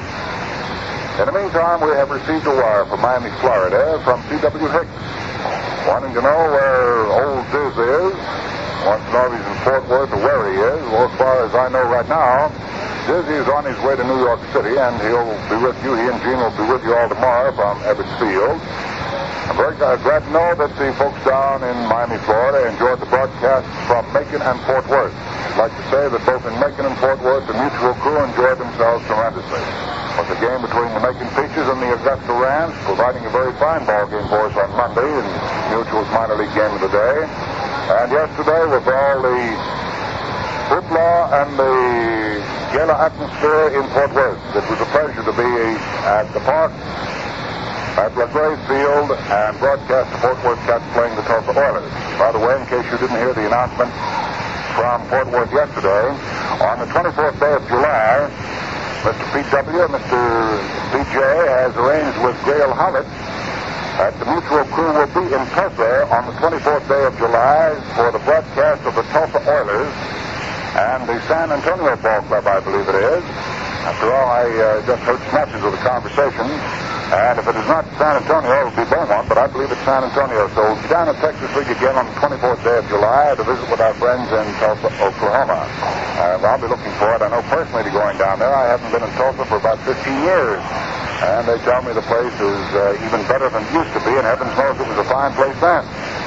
But we get a tremendous kick out of going to the various towns in which our broadcasts are heard and meeting all the folks. And we sincerely hope that on the 24th of July, we can see and meet a lot of you folks in Tulsa, Oklahoma.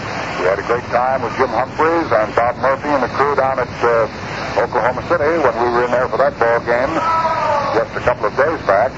And we'll be looking forward to visiting down in Tulsa. First, we'll have other minor league ball games throughout the course of the season for you because we found that there has been an interest shown in the broadcast of the minor league ball games that have been selected to fill in on the Major League Open date. And we'll continue to bring you these ball games just as long as we know you like them. Well, the ball game we were bringing you here this afternoon at the end of 7 innings was 13-3 in favor of the White Sox over the St. Louis Browns, and we're still waiting to see whether Charlie Berry and the umpires, Stevens, Duffy, and Summers, get their heads together and say, yes, boys, let's go ahead and try to continue this one, or whether we're going to wash it out. Right now, the rain has stopped completely. See, the umpires have now stuck their heads out of the dugout of the White Sox, and we may have a decision made on this any moment. In the meantime, we'll hang right on here and see if we can't talk a little baseball along with you and find out exactly what they're going to do. Say, Al, I want to butt in here for a moment. Man, you can butt in for a lot of moments, buddy. Don't you give me that minute stuff now. Over to the press box right next to us here at Comiskey Park, Warren Brown, the sports editor of the Herald American, has been following the fortunes of both the Chicago Cubs and the Chicago White Sox for many, many years. He's hollering out of the window down at the umpires in the White Sox dugout to play ball. He wants to get home. I noticed him a little while ago, Al. He gave the fellow that runs the numbers on the scoreboard out there a peanut shower. Years back, when I was broadcasting out at Wrigley Field in Los Angeles, Bob Elson and Pat Flanagan used to come out to the Cubs and the White Sox. They'd get down at the microphone, which is right behind the screen down behind home plate, and the press box is right above them. Warren Brown would always be giving you that peanut shower, and I just happened to remind me of years gone by when he gave the fellow in the corner here that peanut shower. And I remember well once, he must have bought at least 15 pounds of peanuts and dumped them on us all at one time out there. Well, you want to watch yourself because that Elton is right back here now in our booth using our telephone for which he should collect 25 cents on each call. I take my life in my hand. Yes, sir. See, the umpires have come out now to examine the diamond arc to see whether or not this ball game will continue. Charlie Berry stepping around first base down there. They didn't get first base covered during the rainstorm, and it really came down here. It was a torrential downpour. Right now, the groundskeepers are being asked to come out. Charlie Berry wants to talk to the head groundskeeper here to see whether or not they're going to be able to drain the park enough for the ball game to continue. It's been held up now for approximately half an hour. Well, I see they're flying out. There goes one over. So, I guess I don't have to climb on that choo-choo mat after all. I guess I can get that plane. Hope it can at 6 o'clock on American Airlines. That'll be the number 6 Advanced Mercury. And the groundskeepers have come out now, and Charlie Berry talking to them. Looks as though we might be able to get the water soft up down there at first base and this ball game back underway. Of course, it'll be a few minutes before that happens. It's a 13-3 ball game in favor of the White Sox, and we'd like to tell you just exactly how things started. For the Browns, they came on in the first inning and with one man out. Clifford, the number 2 hitter up in the order, reared back and hit a home run into the right field stands off Saul Riverton and put the Browns right in front 1-0. It was the only run they picked up in the first inning. Coming back in the last half of the first inning, the White Sox threatened, got a man, Nelson Fox, as far as third base, but he died there. So at the end of one inning, it was 1-0 Browns.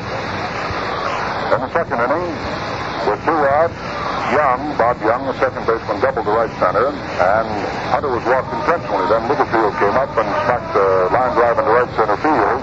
And the starting pitcher for the Browns registered his first run batted into the afternoon. That meant that the Browns were ahead 2-0. Then the White Sox rolled back in the last half of the first inning with Rivera tripling and coming in when Red Wilson sent a high fly ball into right field. So it was 2-1 ball game then. And And in the top of the third inning, as in the fourth and fifth, the Browns failed to score. But the White Sox came roaring back with 3 in the last half of the third inning and picked up those 3 runs to run their total of 4. So it was a 4-2 ball game at the end of 3 full innings of play. Then there was no more scoring in the ball game until the Browns came along in the first half of the 6th inning and put a pair of doubles together, followed by a pair of singles together, followed by a line drive into right field by Young to drive in a run. So it was a 4-3 ball game as we moved into the last half of the 6th inning. But that was the straw that broke the camel's back, because 11 men came to the plate in the last half of the 6th inning, in which the White Sox scored 6 times and on 5 base hits. So they had 7 times. 7 times on 5 base hits to run the total up to 11. And from there on, it was sort of kitty bar the door, as the Browns had given way almost completely. Then scoring the top half of the 7th inning, rolling out in the easy order. And in the last half of the 7th inning, 2 runs were picked up by the White Sox to run their total of 13. And the rains came down in the 7th inning. And just as the 7th inning had ended, Minoso flying to right field for 2 runs, 2 hits, and 1 error, the Rains held up the ball game, and it's been in that status ever since. A 13-3 affair in favor of Chicago, who are in 3rd place in the American League, 6.5 games off the pace at game time. And with the New York Yankees having lost their ball game to the Boston Red Sox, it means that right now the White Sox are only 6 games behind, and should they win this one, and it seems likely that they will, they'll be only 5 1/2 games behind in the American League. So the Yankee lead is dwindling. Milwaukee is apparently trying to pick up again, because the information has come in that Milwaukee has defeated Cincinnati 10-2. I think Art has the rest of the scores for you right up to the minute, and then we'll give you all the facts and figures and information on the rest of the baseball games immediately following the broadcast of this one on the scoreboard. Now the ground crew is coming out to take off the canvas, so they're going to try to get this one started again. So, all right, if you'll run over the scores we have now, I'd appreciate it very much, and I want to see what Charlie Berry and crew down there are going to do. Well, right, Al, the Milwaukee Braves evidently have shaken their batting slump, because the score just came in. Milwaukee defeated the Cincinnati Reds 10-2. Other games in the National League, Pittsburgh in 11 innings this afternoon defeated the New York Giants 5-3. Philadelphia and Brooklyn and Chicago and St. Louis in the National League are playing tonight. The Boston Red Sox handed the Yankees their 9th loss in a row as Mel Parnell pitched a 4-hit shutout. Boston 4, the New York Yankees nothing. At the end of 8 innings, Detroit 4, Cleveland 2. Ted Gray going all the way for the Tigers. Lemon started, and Bob Hooper came on to pitch in the 8th inning for the Cleveland Indians. The only other game in the American League scheduled for today is Washington at Philadelphia, and they're playing under the lights. Al? All right, let's see. For Mel Parnell, I believe that'll be his 10th win, and he's pitched his 2nd shutout of the current campaign. He's sort of the bell cow of the Boston Red Sox staff, and I can imagine he feels pretty fine about his victory over the New York Yankees. Everyone around the baseball circuit, wherever we go, keeps saying, Al, what happened to the Yankees? What are they doing? Well, I guess it's just one of those things that'll happen to a ball club. It's happened many, many times. As I pointed out once before when the question was asked me, that, well, in 1951, the New York Giants creeped up on the Brooklyn Dodgers, who blew a 13-game lead in the National League. So when things like that happen to a ball club that's really rolling, well, you can just figure that our slump will hit most any team. And it's no respecter of talent or personnel. When the slump comes, it usually bites you pretty hard. But a lot of the folks are saying, too, that they're glad to see that Milwaukee has suddenly shaken their losing streak. They had 8, as you recall, and then stopped it at 8 when they beat Cincinnati last night in the 2nd game of the twilight doubleheader. And here this afternoon, they jumped on Cincinnati again. Milwaukee getting 10 runs and Cincinnati getting only 2. So we'll be watching very closely in the National League, particularly because the race is tight in the National League right now and has all indications of being tightened down in the American League, with the New York Yankees having lost their ball game again today. That means that their game lead will be cut by one full game over the second place club, the Cleveland Indians. Should the Cleveland Indians come through and win their ball game, they're behind right now at the end of 8 innings, 4-2, Detroit leading them. But one can never tell about a game of that sort, because quite often they'll come back and bounce it. And the final score has just been put up on the board here at Comiskey Park in Chicago. Detroit has beaten the second-place Cleveland Indians, so they'll make no ground on the Yankees today. It's a 4-2 affair in favor of Cleveland, in favor of Detroit over Cleveland. So that means that Cleveland, struggling along to try to pick up ground on the Yankees, will not do so today. But here at Comiskey Park, the third-place Chicago White Sox can pick up ground on the Yankees if this ball game should not get back underway, or if they are able to go ahead and beat the St. Louis Browns, and they lead right now 13-3. So the White Sox can move up to the ahead of the Cleveland Indians, actually in percentage points, I believe. I'll check that up and make absolutely certain. Chicago 6.5 games off the pace, and Cleveland 5 games off the pace at game time today.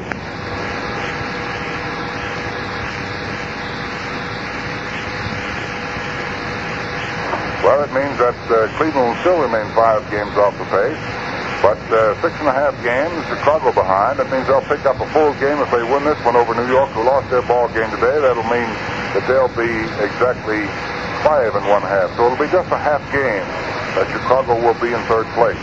So it makes the race pretty tight in the American League. As far as the fourth place Boston Red Sox are concerned, they are 10.5 games out before they lace the Yankees today. That means they're 9.5 games out now. So the race tightens up there, and in the National League we'll find it will continue to be tight in the ball games played between Brooklyn, Milwaukee, St. Louis, and Philadelphia. Philadelphia at game time today. We're only 3 games off the pace being set by the Brooklyn Dodgers.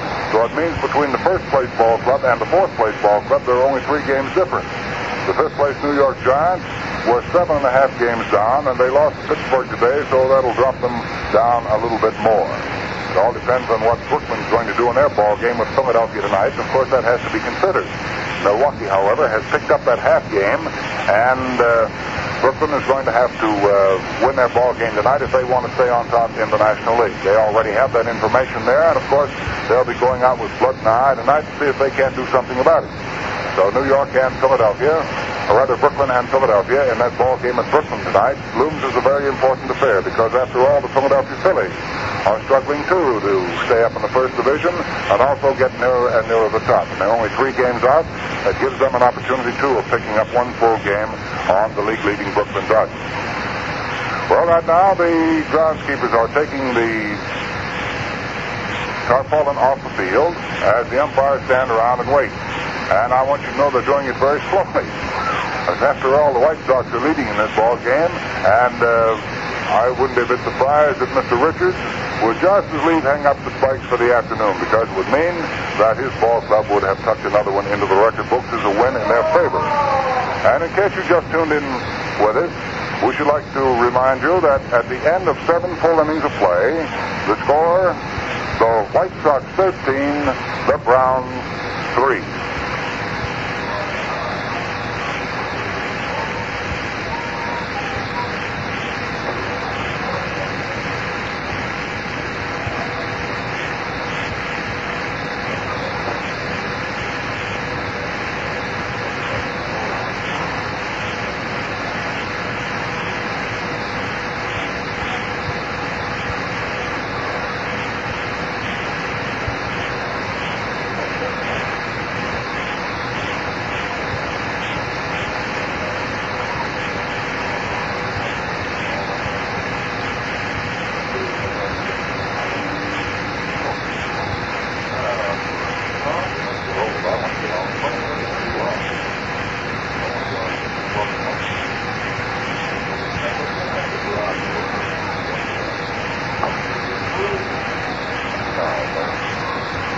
Right back here at Comiskey Park in Chicago, where we're still waiting to see whether or not they're going to continue this ball game or not.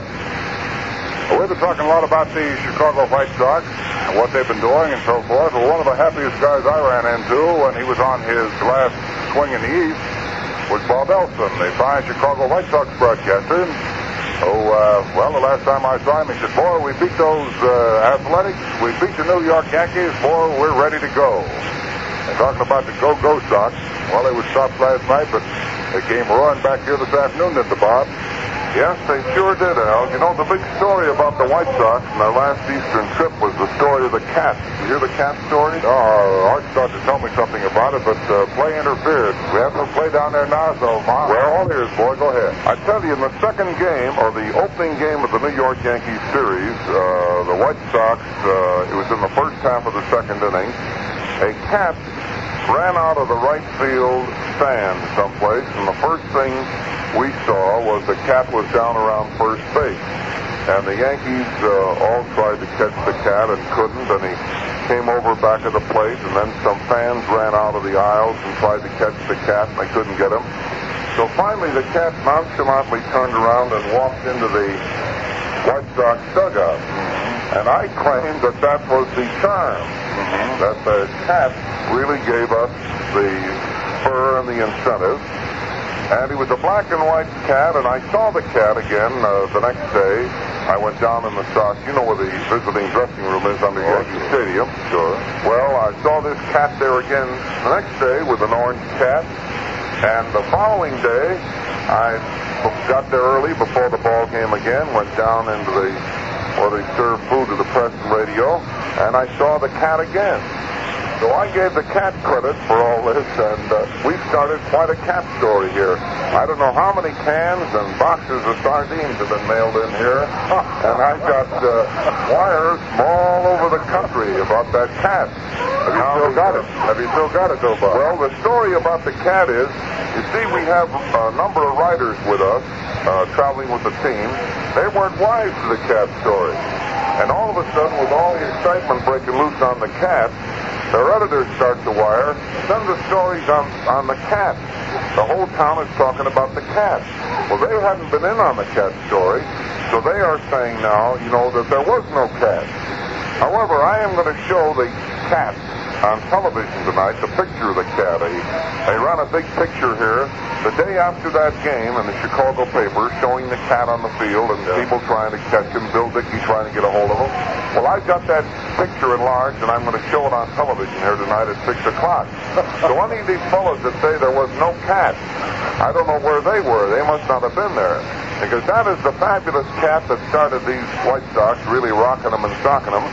And if you'd have seen a fly ball that Minoso hit at Boston that was going the foul, cat was in on that, too. well, Benny Minoso claims only the cat brought that ball back in there, because that ball was gone, foul way up over in the left-hand corner, and all of a sudden it hit a wind current there, and Stevens turned his head away, and before he knew it, that ball dropped behind him, and the winning run was in, and we claim that was due to the cat again. Well, I'll be doggone. Well, look, Bob, I've said time and time again, I know I've heard you say it too, that perhaps the most superstitious crowd in the world, crowd that plays this game of baseball. And I imagine that they're looking for all these little things so they can build their superstitions even higher. Well, that's right. Ball players are very, very superstitious. They tell stories from way back to the beginning of time, even in the old days, in the McGraw era. There were certain ball players that played for McGraw that would never eat except in one restaurant. And if they got on a hitting jag, they'd eat the same thing every day for breakfast, lunch, and dinner, and never change until they went out into a slump. Or say a pitcher would win a couple of games in a row, he'd go on eating a certain thing and in a certain place. He'd never want to eat anything else. They'd eat the same thing all the time. They are just about as superstitious as any group of people there are. Well, you remember old Red Lucas, what a fine pitcher. Yeah, very well. Red Lucas would never touch the foul lines as he walked across. He'd skip to get over him. I remember that. Many times. Very, very well. Somebody, I forget who it was now, would never go to second base without a rabbit's foot in his pocket. Was that Moranville? Could have been. That's happened quite a long time ago. Then there's the fellow always had a little wad of gum underneath the peak of his cap. That's right. Up at the plate. Oh, there have been all kinds of things. You're not superstitious, are you, Bob? No, I'm not superstitious. All I would like in playing Jim Rummy is some better cards. That's all. I just can't seem to get it to be something I can play. Now, it's good to see you. I better get back to work. It's awful nice to see you too, Bob. And come in and visit us anytime you see this mutual microphone around.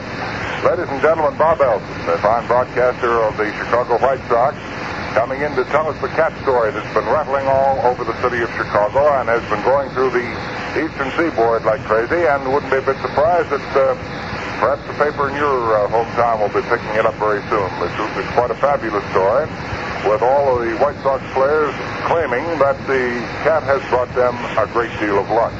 I don't know what they were blaming their loss on last night, but here this afternoon, they must have found the cat before, because they've really been bombarding the St. Louis Browns here today. Well, as we said a few minutes ago, they're going to try to continue this ball game. They have ordered sand to be brought out and put over the right side of the diamond. So the groundskeepers are wheeling out the sand now and will be spread. So in the meantime, this ball game has been held up now, I would say, for about 40 to 45 minutes.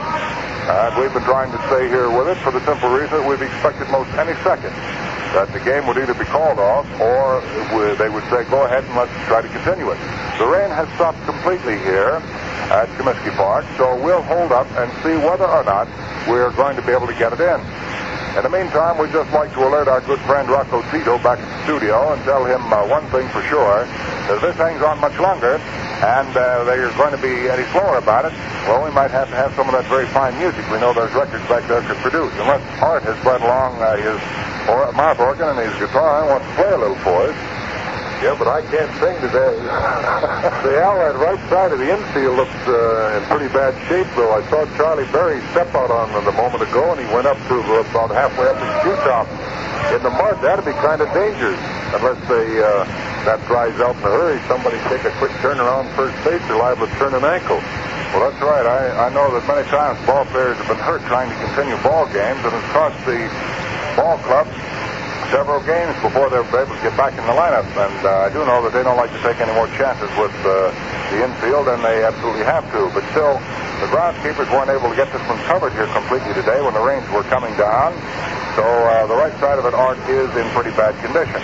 However, the sand and sawdust they'll be putting on here in a few minutes may soak it up. I can remember back in 1936. Yeah, 36. Down at Cincinnati, on opening day, it had snowed before the ball game had started, and they had gotten out and swept the infield off, and then, lo and behold, it was sort of a misty drizzle, a cold misty drizzle, and it melted all that snow, and before the ball game could be put on at all, the groundskeepers had to come out and spread a mixture of oil and sawdust with sand all over the infield, and they lit it, Art, to dry it off. And they went ahead and played that ball game between Pittsburgh and Cincinnati. And I imagine if you wanted to ask him the story about it, Chuck Gleason would remember to tell you about it, because Chuck was managing down at Cincinnati at that time. Remember, we worked the whole year with Chuck Gleason as manager of the Cincinnati Reds. That's when Lee Grissom was their old fireballer. They were working him about every other day. And Grissom kept the Cincinnati ball club in the National League that year. And I remember I was working the ball games there with the old redhead, Red Barber. We had quite a time. Every time we turned around, Grissom was coming in to pitch. And I don't remember whether he pitched that day or not, but I believe, if memory serves me rightly, he either pitched or relieved that day. But I do know that the infield was in bad condition. The outfield was very bad, but they went ahead and opened anyway and had a capacity crowd across the field. And old Larry McPhail was the general manager down there and the major domo. And when Larry said, yeah, we're going to go ahead and play, everyone said, geez, you think you're going to... Yeah, he said, put the information out on the radio. We put it out on the radio, and lo and behold, those people picked up their tickets, walked down to the ballpark, sat there with their teeth chattering while the two clubs went. And if memory serves me rightly, old Red Lucas, we were talking about a few minutes ago, pitched that opening day for Pittsburgh. Well, you look back on some of those times, and very pleasant memories sort of pop up. You get to thinking about some of the old pitchers, the old hitters, the old catchers. Wonder what they're doing now. Of course, one of the fellows that's breezing along just about that time in the National League was a guy that worked with us almost every day, Diz Dean. He was still throwing that fireball of his, Art. And I can remember his throwing it down at Pittsburgh because I'd gone to Cincinnati from Pittsburgh, moved over from the broadcasting coop in Pittsburgh to Cincinnati, and we'd seen a lot of Diz working against those Wayner boys down in the city of Pittsburgh. And those two Wayners really would hit you to death when they got the opportunity. Many times people have said they couldn't understand why, with so much fine talent on the Pittsburgh ball club at that particular era, that they never did finish any higher than they did. But quite often you'll find, Art, that you'll get some very fine talent on paper, and when it gets down to the final analysis, it doesn't gel as a team. And if it doesn't gel as a team, you can have the greatest talent in the world and still have a ball club that'll lose it for you. And that's what happened, I think, with Pittsburgh, because they did have some fine stars in Woody Jensen, who was one of the outstanding outfielders of his day. And you had the two Wayners in the outfield down there. You had Tommy Sevenar, you had Pie Traynor, one of the greatest third basemen of all time. You also had Archie Vaughan coming up. Lavagetto was a young fellow then breaking in. And you had Gus Stewart first base, who could hit that long ball for you.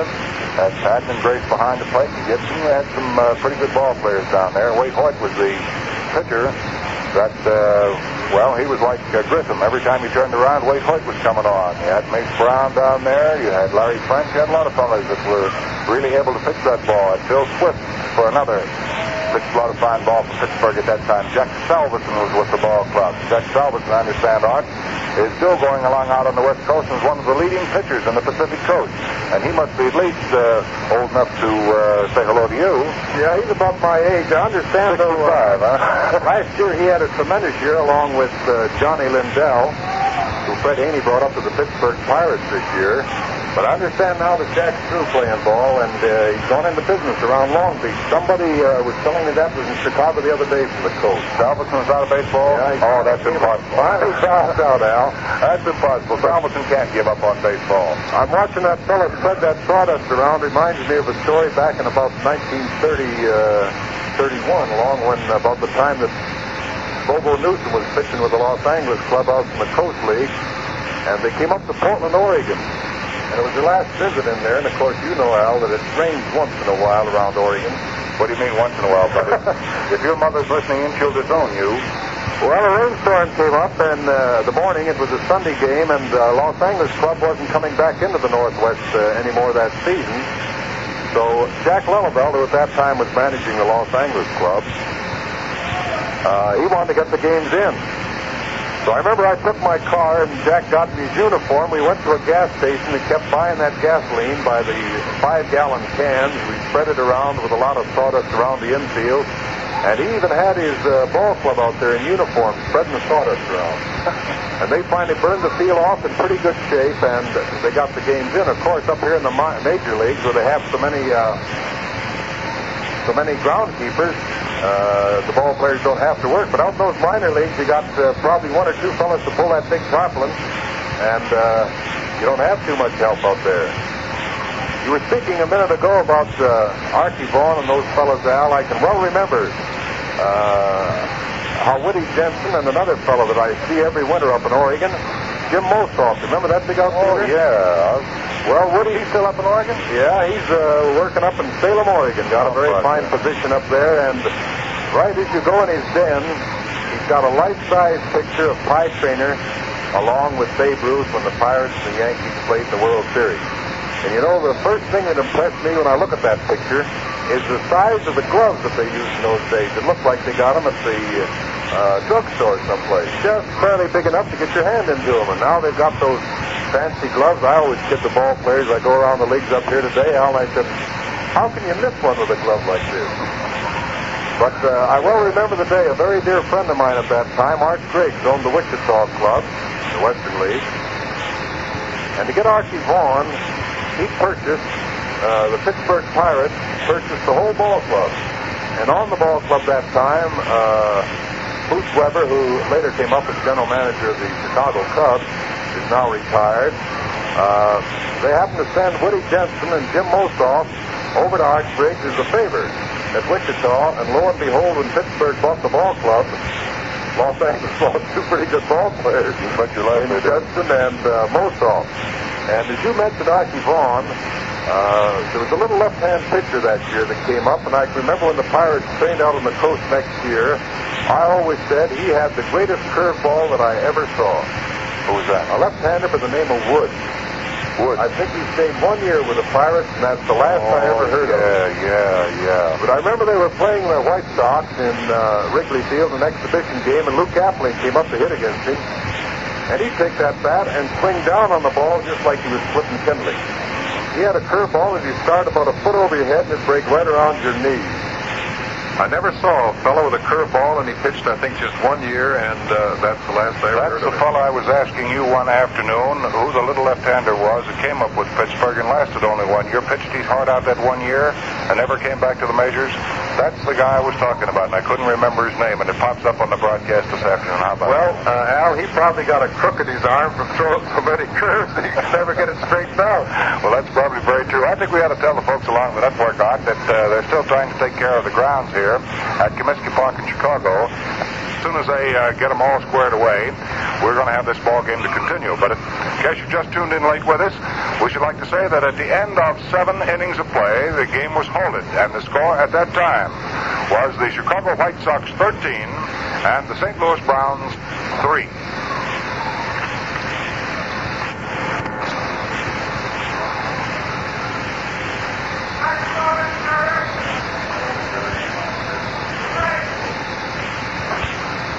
Now we're ready to go.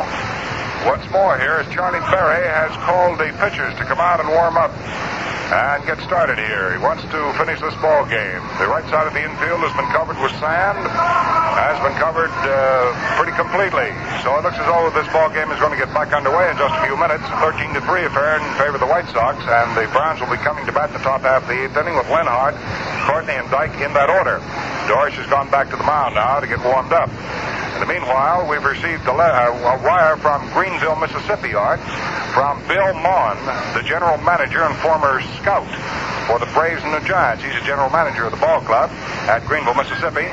And his wire tells us that they're listening into the game of the day down there in their air-cooled runway of Sportsman's Park in Greenville, Mississippi. Air-cooled, get that now. Well. And he says that their ball club down there has won 22 of their last 29 games and is only 1 game out of first place in a very close race in the Cotton States League. Well, they've done pretty well, Art, because as late as February, the 8th of this year, they didn't even have a ball club together. They didn't have a player. But they've got them now, and they're going. They're going to play Jackson tonight, incidentally, and I hope the folks down around there are going to get out and see Greenville play Jackson tonight down in the Cotton States League. After all, you've got to cheer that ball club if you want them to come into first place now and stay there. So we'll pass along all the regards that Bill Maughan has sent, and we sincerely hope that they have a lot of good luck down there, and we'd like to wish good luck to all the ball clubs in the minor leagues this year. Not only this year, but for as many years as they decide they are going to operate. After all, baseball is one game that America has really taken to its heart and would like to keep right there as its national pastime. We were talking about Charlie Berry a few minutes ago, Art, and you slipped over here and said that you remember when Charlie Berry caught out where? He used to catch for the Portland Beavers out in the Coast League, Al. I've got news for you. He still remembers having caught out there, too. He'll tell you some wild and woolly stories about having been in the Pacific Coast League. Just get him cornered sometime, Art. I'll tell you when you get him cornered after his day's work as soon as he's having dinner from a restaurant, and just walk up to him and say, Charlie, I understand that the greatest years of your life were spent out on the Pacific Coast, brother, and he'll take off like 6 inches. Well, I can remember, Al, when he was catching out there, we had a fort at Vancouver, and there was a young lieutenant who was quite a baseball fan, used to come over and watch the ball games. And lo and behold, after the war was over, Charlie went on that trip, you know, that the umpires and the players take to Germany. And this fellow who happened to be a young lieutenant at Vancouver back when he was playing with Pullman was at that time a general in charge of Trieste. And is now stationed in New York, a very fine baseball fan, General Seabury. Oh, yeah. I remember when I was in Germany, General Seabury and myself were the only two that got the sporting news from our very good friend down there in St. Louis, Mr. J.G. Taylor Spink. Hey, you know something? I haven't heard from J.G. Taylor Spink for so long, I think he must have crossed me off his list. Well, I imagine he's a pretty busy man right now, Al, but I'll tell you this. You'll be hearing from one of these days because I know every once in a while I'll get a wire from him. He said, "Where are you and what are you doing?" He said, We were talking a few minutes ago, Art, about wondering how many the Yankees had lost straight as their own record. We weren't able to come up with it. Well, Ray Brinson of Tampa, Florida, comes up with a piece of information by telegram that we've just received here at the broadcasting booth in Comiskey Park in Chicago.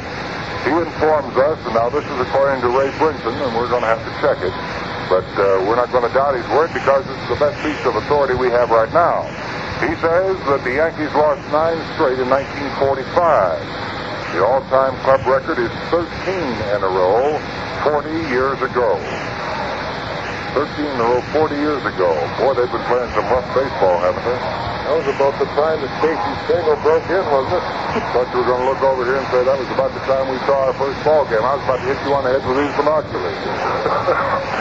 Yeah, Art, baseball is a great game. It keeps records, and we like to delve back in the records to look at them and see what's been going on and sort of compare what the boys did then with the type of equipment they had compared to what the boys are doing today with the type of equipment that now prevails in the game.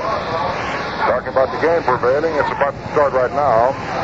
Get back underway for the top of the 8th inning. And it's been almost an hour since the rain came down and stopped it at the end of 7 with the White Sox leading 13-3. Well, Art, I thought you did a lot of Kinnan and John in the 7th inning when the White Sox scored 7 times. But I'm going to tell you something. Frankly, a few thousand chosen and unchosen words have been poured out since that last half of that 7th inning went in the book. The last half of the 6th inning went in the book. And, well, if we have any more words left, carrying right on here at the top of the 8th inning. Usual game of the day from Comiskey Park in Chicago. Let's go that 6 o'clock plane, Art. We'll have to go without Helfer tonight. Yeah, I think if it hadn't been for that big 6th inning, Al, you might have been on that plane. This game might have been over. Could have been, Art, but it rattled right along and took up a considerable amount of time. Now let's see how much time either 2 innings of this remaining ball game will take up or perhaps an inning and a half. In the top of the 8th inning, the first man up for the St. Louis Browns will be Dan Hendrickson. He's had 1 base hit in 3 tries, struck 1 back through the middle in the 3rd inning. Hendrickson, a .284 hitter at game time, is standing in, and Harry Joyce, the relief pitcher of the Chicago White Sox, trying to save this game for Saul Robertson and the White Sox, and it seems as though he's about to do it with a 13-3 ball game cooking, a 10-run lead.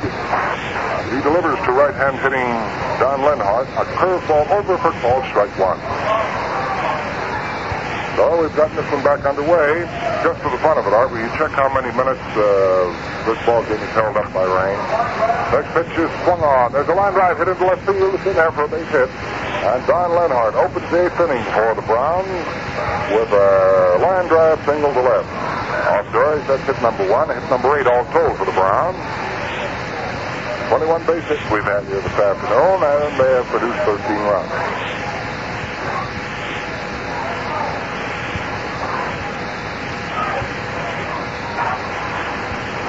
George getting ready now to pitch to Clint Courtney, left-hand hitting catcher. Clint drove a single into right field back in the 6th inning, his only base hit 3 times up. Little Bulldog standing in, wears glasses. Leading off at first base and not taking too big a lead is Dan Hendrickson, slippery going under feet. So we're ready now for the pitch on Courtney. Here it comes. Clint swings on it and fouls it off. All right, strike 1 on him. How many minutes, Art, was it held up? Exactly 55 minutes, Al. About that. 55 minutes held up here in Chicago. Now we're ready for the next pitch on Courtney. Count is no balls and 1 strike. Harry Dorsch checks his runner Hendrickson over at first base. Delivers the plate. Pitch high and outside. Count is 1 ball and 1 strike.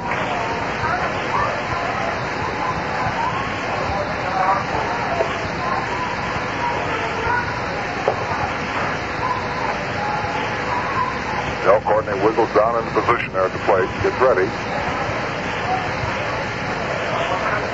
In comes the 1-1 delivery. A fastball that misses low and outside for ball 2. We've lost a considerable amount of the wind that was blowing here at Chicago up until the rain starts swirling in. So perhaps the blow is entirely over. Here's the 2-1 delivery now, and Clint Courtney. Doris cuts it loose. A half-speed curveball high off the shoulder for ball 3. So Courtney's out in front now, 3-1. Looks down at Marty Marion behind third to see what to do about this next one. Should it be in there? Don Lenhart opened the belated 8th inning with a single. Wrapped into left field, and he's on at first base. Now the 3-1 delivery. Doris cuts it loose. Fastball swung on. Hit back past Doris. Right out into center field for a base hit. Lenhart slipped as he got started and can move around only to second base. So Courtney gets the base hit here behind one rifled by Lenhart. And the Browns have picked up 2 of Doris here in the beginning of the 8th inning. So coming up to the plate now is Jim Dyke, who got a bunt single back in the 6th inning. His only base hit 3 times up. Tall right-hand hitter. Runners at first and second now for the Browns as they're trying to cook something up and get back into this ball game. They're 10 runs behind as the White Sox lead them 13-3. Doris checks his runners at both stations. Looks down at Dyke. Delivers him a fastball that is over for called strike 1. Fired right through at the knee.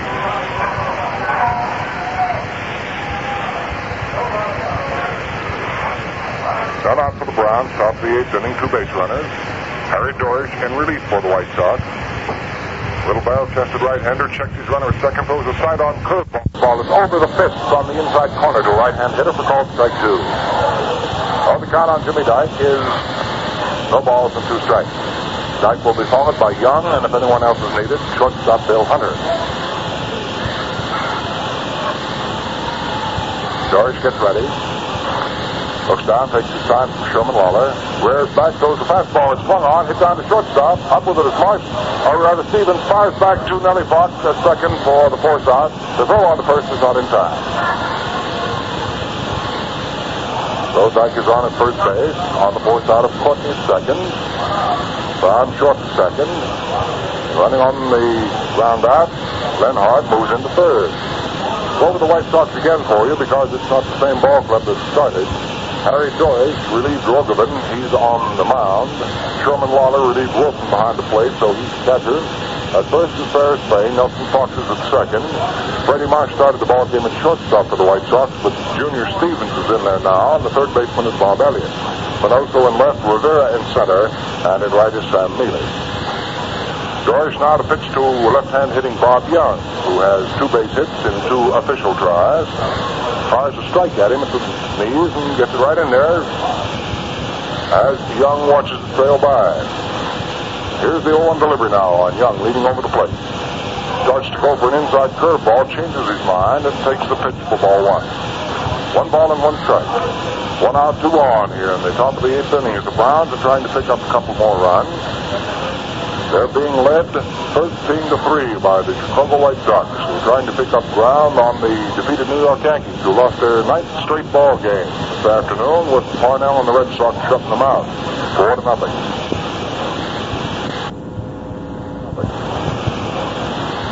Doris ready. Delivers fastball. Swung on. Hit right back past the mound into center field for a base hit. So Young cracks one back through the middle with Lenhart coming in to score the 4th St. Louis Browns run. That is hit number 3, run number 1 off Doris. And on the play, Jimmy Dyke moves down to second to hold on. So 2 runs batted in here this afternoon by second baseman Young. Now a 13-4 ball game in favor of the White Sox. Coming up to the plate now is Hunter. Down in the bullpen, we have Sandy Consuegra warming up for Chicago, and Luke Kretlow in the bullpen for the St. Louis Browns. Luke Kretlow, former Chicago White Sox pitcher. Doris ready to face Bill Hunter now, the shortstop, who swings on the first pitch and hits a high foul ball back to the screen. For strike 1. Runners at first and second. 1 out for the Browns. They've scored 1 time here in the 8th inning. 13-4 in favor of the White Sox. Mutual's game of the day from Comiskey Park in Chicago. Ball game held up 55 minutes because of rain. And we've just gotten back to the top half of the 8th inning. Harry Doyce ready now. Delivers 0-1. It's swung on. There's a high fly ball hung out into left center field. Jim Rivera goes over, gets under it, makes the catch, and the runners hold on. So we have out number 2. And coming up to the plate now should be Mike Gleason. Unless we have a pinch hitter. And it looks as though we're going to have a pinch hitter. Mike Gleason is not going to hit.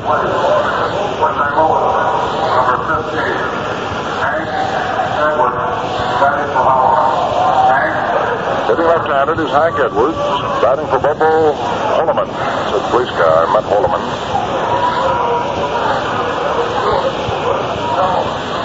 Now this is Hank Edwards batting for him.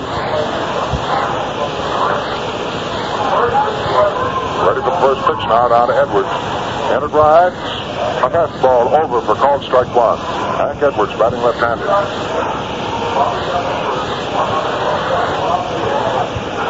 In comes the pitch, swung on. There's a hard-hit ground ball down to Nellie Fox at second. Down in the mud puddle, he goes on one knee, picks it up, fires to first base, and that's all for the Browns. Edwards batting here in the 8th inning, grounds out from Nelson Fox to third base. So in the 8th inning, 1 run for the Browns on 3 base hits. There were no errors, and 2 men were left off. So the score at the end of the first half of the 8th inning, the St. Louis Browns have 4, and the Chicago White Sox 13.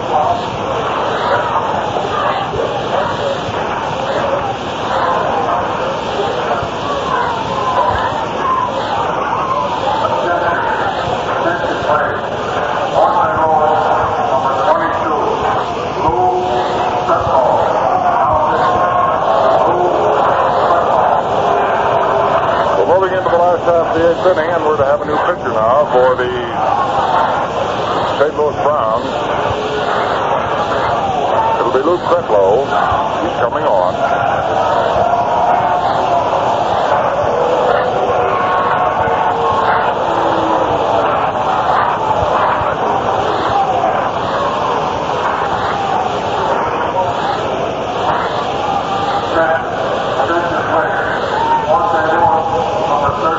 St. Louis Brownies, we have Luke Kretlow, a right-hander.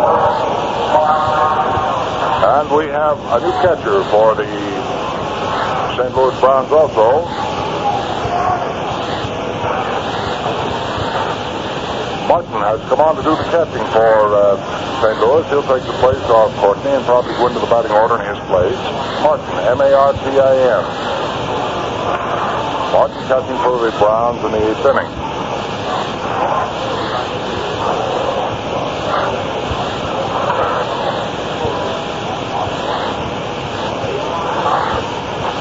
Now we're getting set and ready to go with Luke Kretlow on the mound for the St. Louis Browns. He's the 6th pitcher to be used by Marty Marion here this afternoon. Babe Martin behind the plate. He's the new St. Louis catcher, Babe Martin. So it's Martin behind the plate, Luke Kretlow, former White Sox right-hander, on the mound now for the Browns. As far as the record is concerned, we'll quickly look up and see how he's posted as far as St. Louis is concerned. As far as St. Louis is concerned, he has no record with them.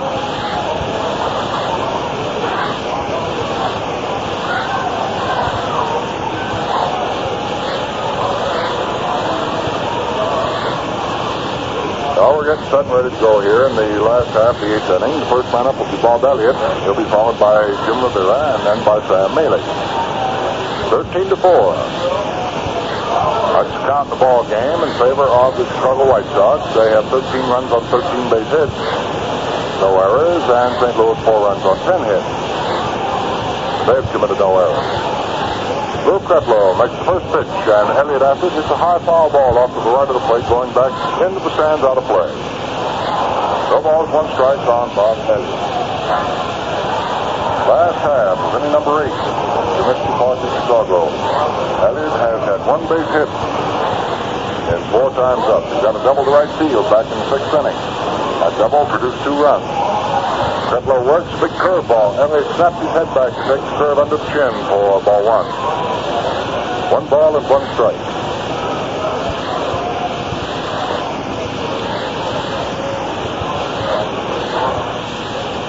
Elliott left foot forward to the plate. Overly close stance, feet wide, spread apart. Kretlow, scatter on right-hander, delivers. There's a ball hit to short.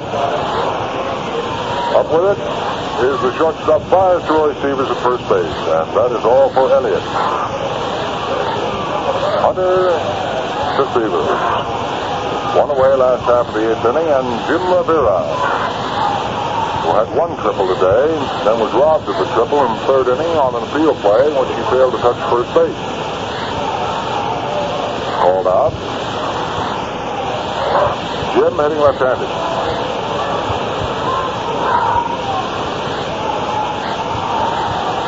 Ready for the first pitch to Rivera.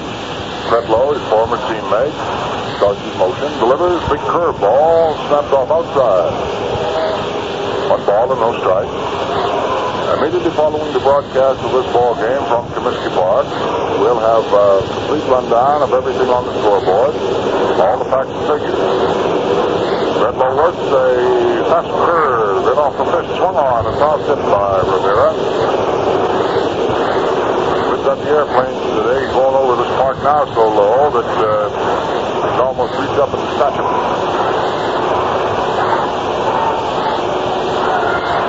Kretlow takes his sign from Dave Martin. Relief catcher for the Browns. In comes the pitch. Rivera reaches for an outside fastball and fouls it up into the second tier off the third base line. 1 ball and 2 strikes. Count on Jumpin' Jim Rivera.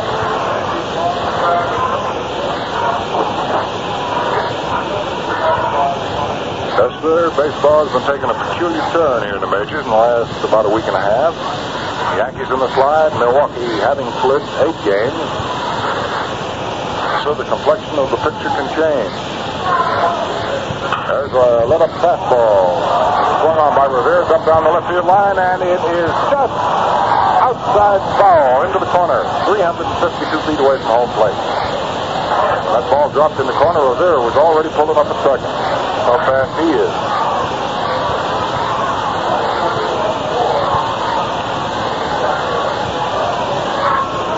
So that's a long, loud foul strike, and Rivera has to come back and do it all over again. That's a count of 1 ball, 2 strikes. 1 out last half of the 8th inning. Rivera is up at the plate with nobody on. Score 13-4. Now here's Kretlow starting his motion. Delivers 1-2. Rivera takes. No one outside for ball 2.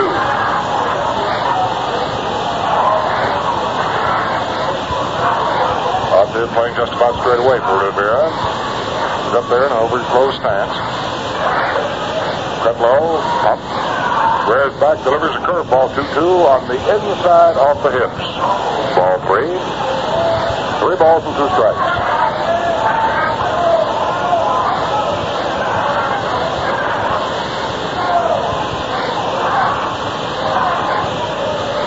Kretlow settles down, takes the sign. Rivera waits. 3-2 count on Jim. In comes the 3-2 pitch. Swung on a fastball, fouled right back into the screen. 3 balls and 2 strikes on Rivera.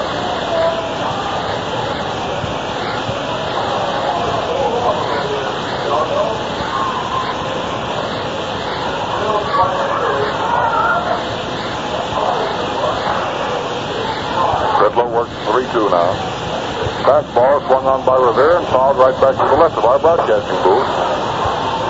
Count stays right on Jim at 3-2. Littlefield worked 2 in the 3rd. Max Lanier worked 2. George worked 2/3 of an inning. Breescare 1/3 of an inning.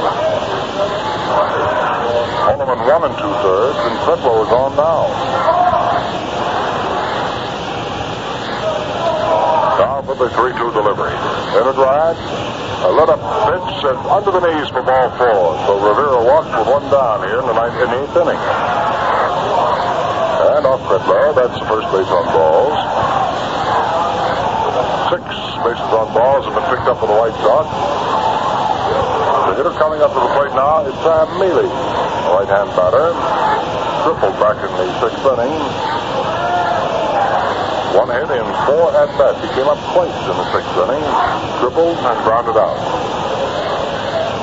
The oddity of the sixth inning was that Rivera was 2 of the 3 outs in that inning.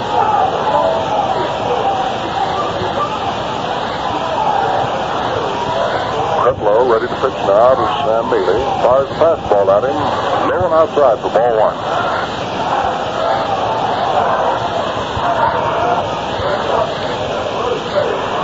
One ball, no strikes. Roy Sievers holding the inside corner at first base on Jim Rivera. Kretlow looks back over his left shoulder and checks the runner there. Then delivers a fast curveball at the knees to Mealy. Good for called strike 1. 1 ball and 1 strike.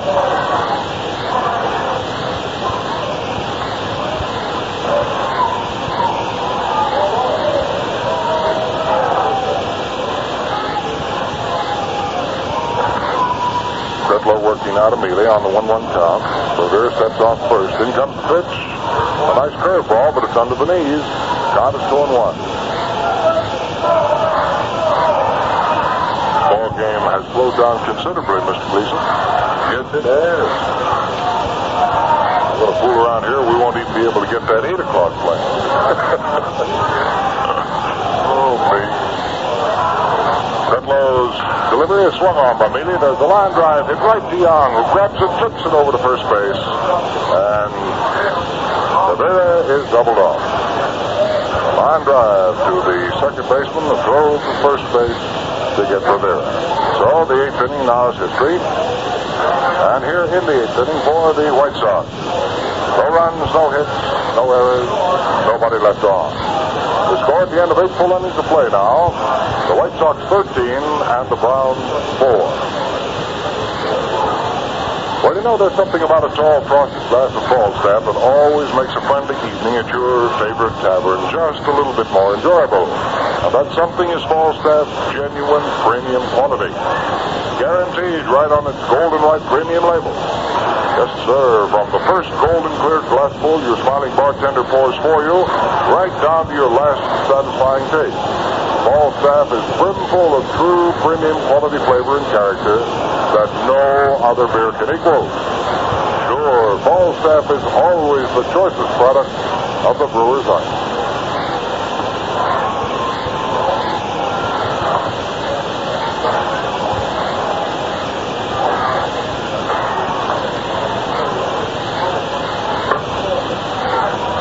We're getting ready now for the top half of the 9th inning. And it's the last call for the St. Louis Browns. A 13-4 ball game. I'm going over the chicken scratching on this scorecard to see if I can get all the totals, facts, and figures put together along with the other ball games that have been rolling in this afternoon so we can have a comprehensive look at baseball for today right at the end of this ball game. So, Mr. Gleason, how about you coming in and doing the top of the ninth, buddy, huh? Right, Al. We got the top of the batting order coming up for the St. Louis Browns and Johnny Grove. He'll be followed by Dick Kokos and then Roy Sievers. The stalkily built right-hander, Harry Dorich, on the mound for the White Sox. Swings into his windup, delivers a fastball that's inside for ball 1. Dorich came on to relieve Saul Rogoman in the 6th inning after Saul had pitched 5 1/3 innings. The right-hander delivers again, and it's outside, ball 2. 2 balls, no strikes. The count on Johnny Grove, leading off here for the St. Louis Browns, top of the 9th inning. As the White Sox lead the Brownies 13-4. The pitch is high, ball 3.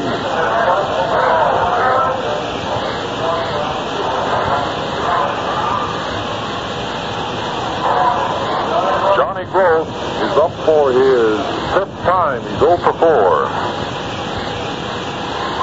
Dorich ready. The pitch is in there for a call strike.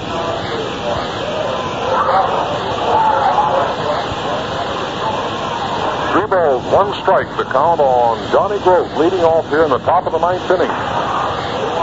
Dory delivers is swung on and foul tipped into the glove of Sherm Lawler. And it's a full count, 3 balls, 2 strikes. Well, should the White Sox win this one this afternoon, they'll gain a game on both the New York Yankees and the Cleveland Indians. The pitch is swung on. There's a ground ball hit out to shortstop. Up with it is Vern Stevens. The throw to fame is in time, and that's all for Johnny Gross here in the top of the ninth. Gross bounces out to shortstop. Junior Stevens to Ferris fame. So the batter is Dick Kokas.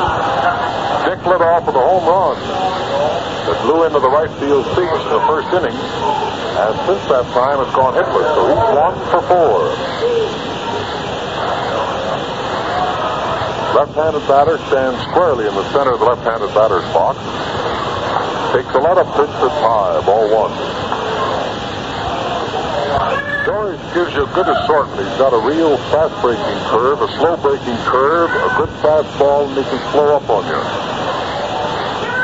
There's a fastball that's over for a called strike. 1-1.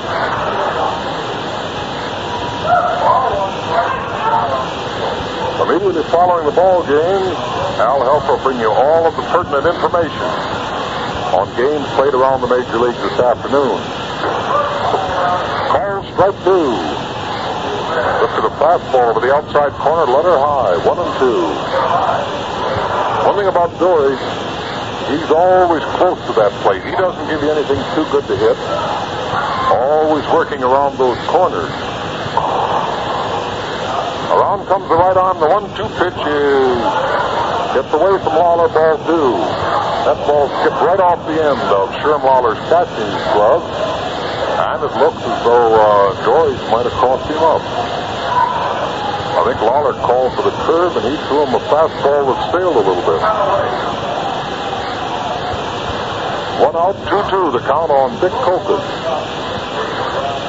On deck is Roy Sievers. Now Doris is ready. The 2-2 delivery is swung on. There's a high fly ball to right center. Jim Rivera calling for it, has plenty of time, makes the catch. Dick Kokas flies to Jim Rivera in right center, and with 2 men out, the batter is Roy Sievers. Roy has gone hitless in 4 trips. And now Rivera moves from right center field, where he caught that fly ball, over into left center to play Sievers to pull. A sidearm fastball is high inside. Ball 1.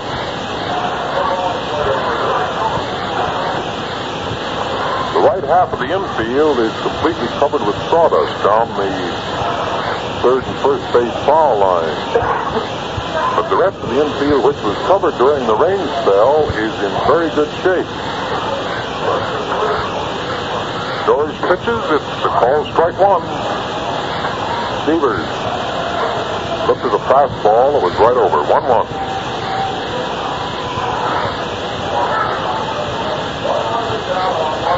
Here's your 1-1 delivery to the right-handed batter, and Sievers swings. There's a line drive to right center. It's in there for a base hit.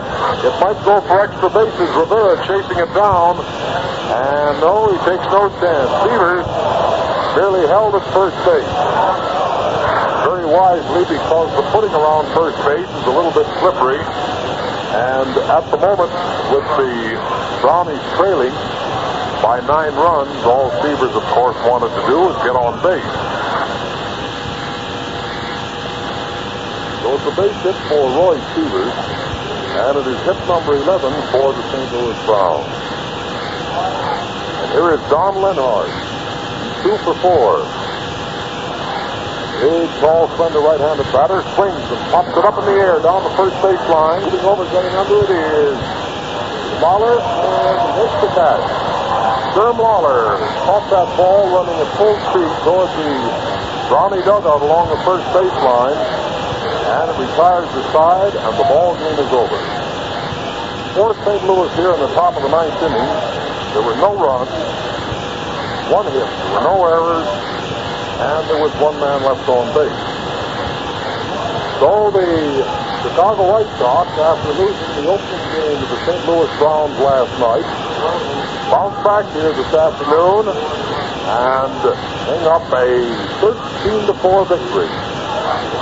So the St. Louis Browns, after stopping the White Sox with a 6-game winning streak, their pitching fell apart this afternoon here at Comiskey Park, and the Brownies walked off with a 13-4 victory. So right now, the ball game's over. Al Helfer's on a hurry to catch a plane back to New York. So we're going to bring Al in with the final total. All right. I don't think I can catch that plane in New York, so I'm afraid it's going to be a little bit too late. Well, let's see. The final totals are for Chicago, 13 runs, 13 hits, no errors, 5 men left on. Both of the winning pitchers, record is 5 and 9. For the St. Louis Browns, 4 runs, 11 hits, no errors, 9 men left on. The losing pitcher's Littlefield, his record is now 3 and 7. Kokis, his 4th home run of the year in the first inning for the Browns with a bases empty. Well, that's about all from Comiskey Park as far as the play-by-play is concerned this afternoon.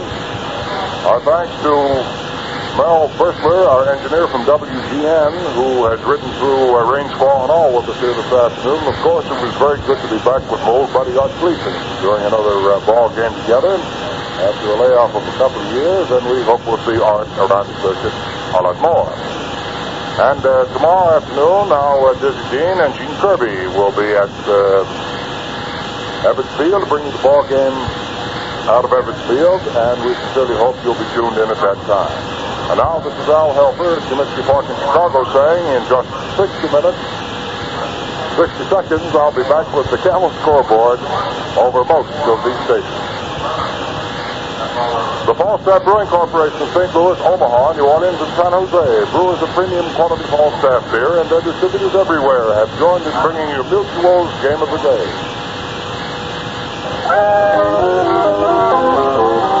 Well, that's the story, and we're glad you came. Hope that you've enjoyed every inning. Let's get together for tomorrow's game.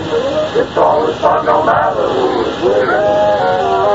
Don't forget refreshments, here's the reason why.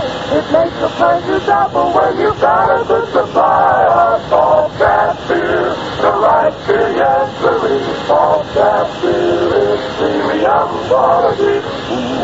Golden, mellow, foliate, softly, Take this once and once you do, you'll sing out for Falstaff, sing out for Falstaff, sing out for Falstaff beer.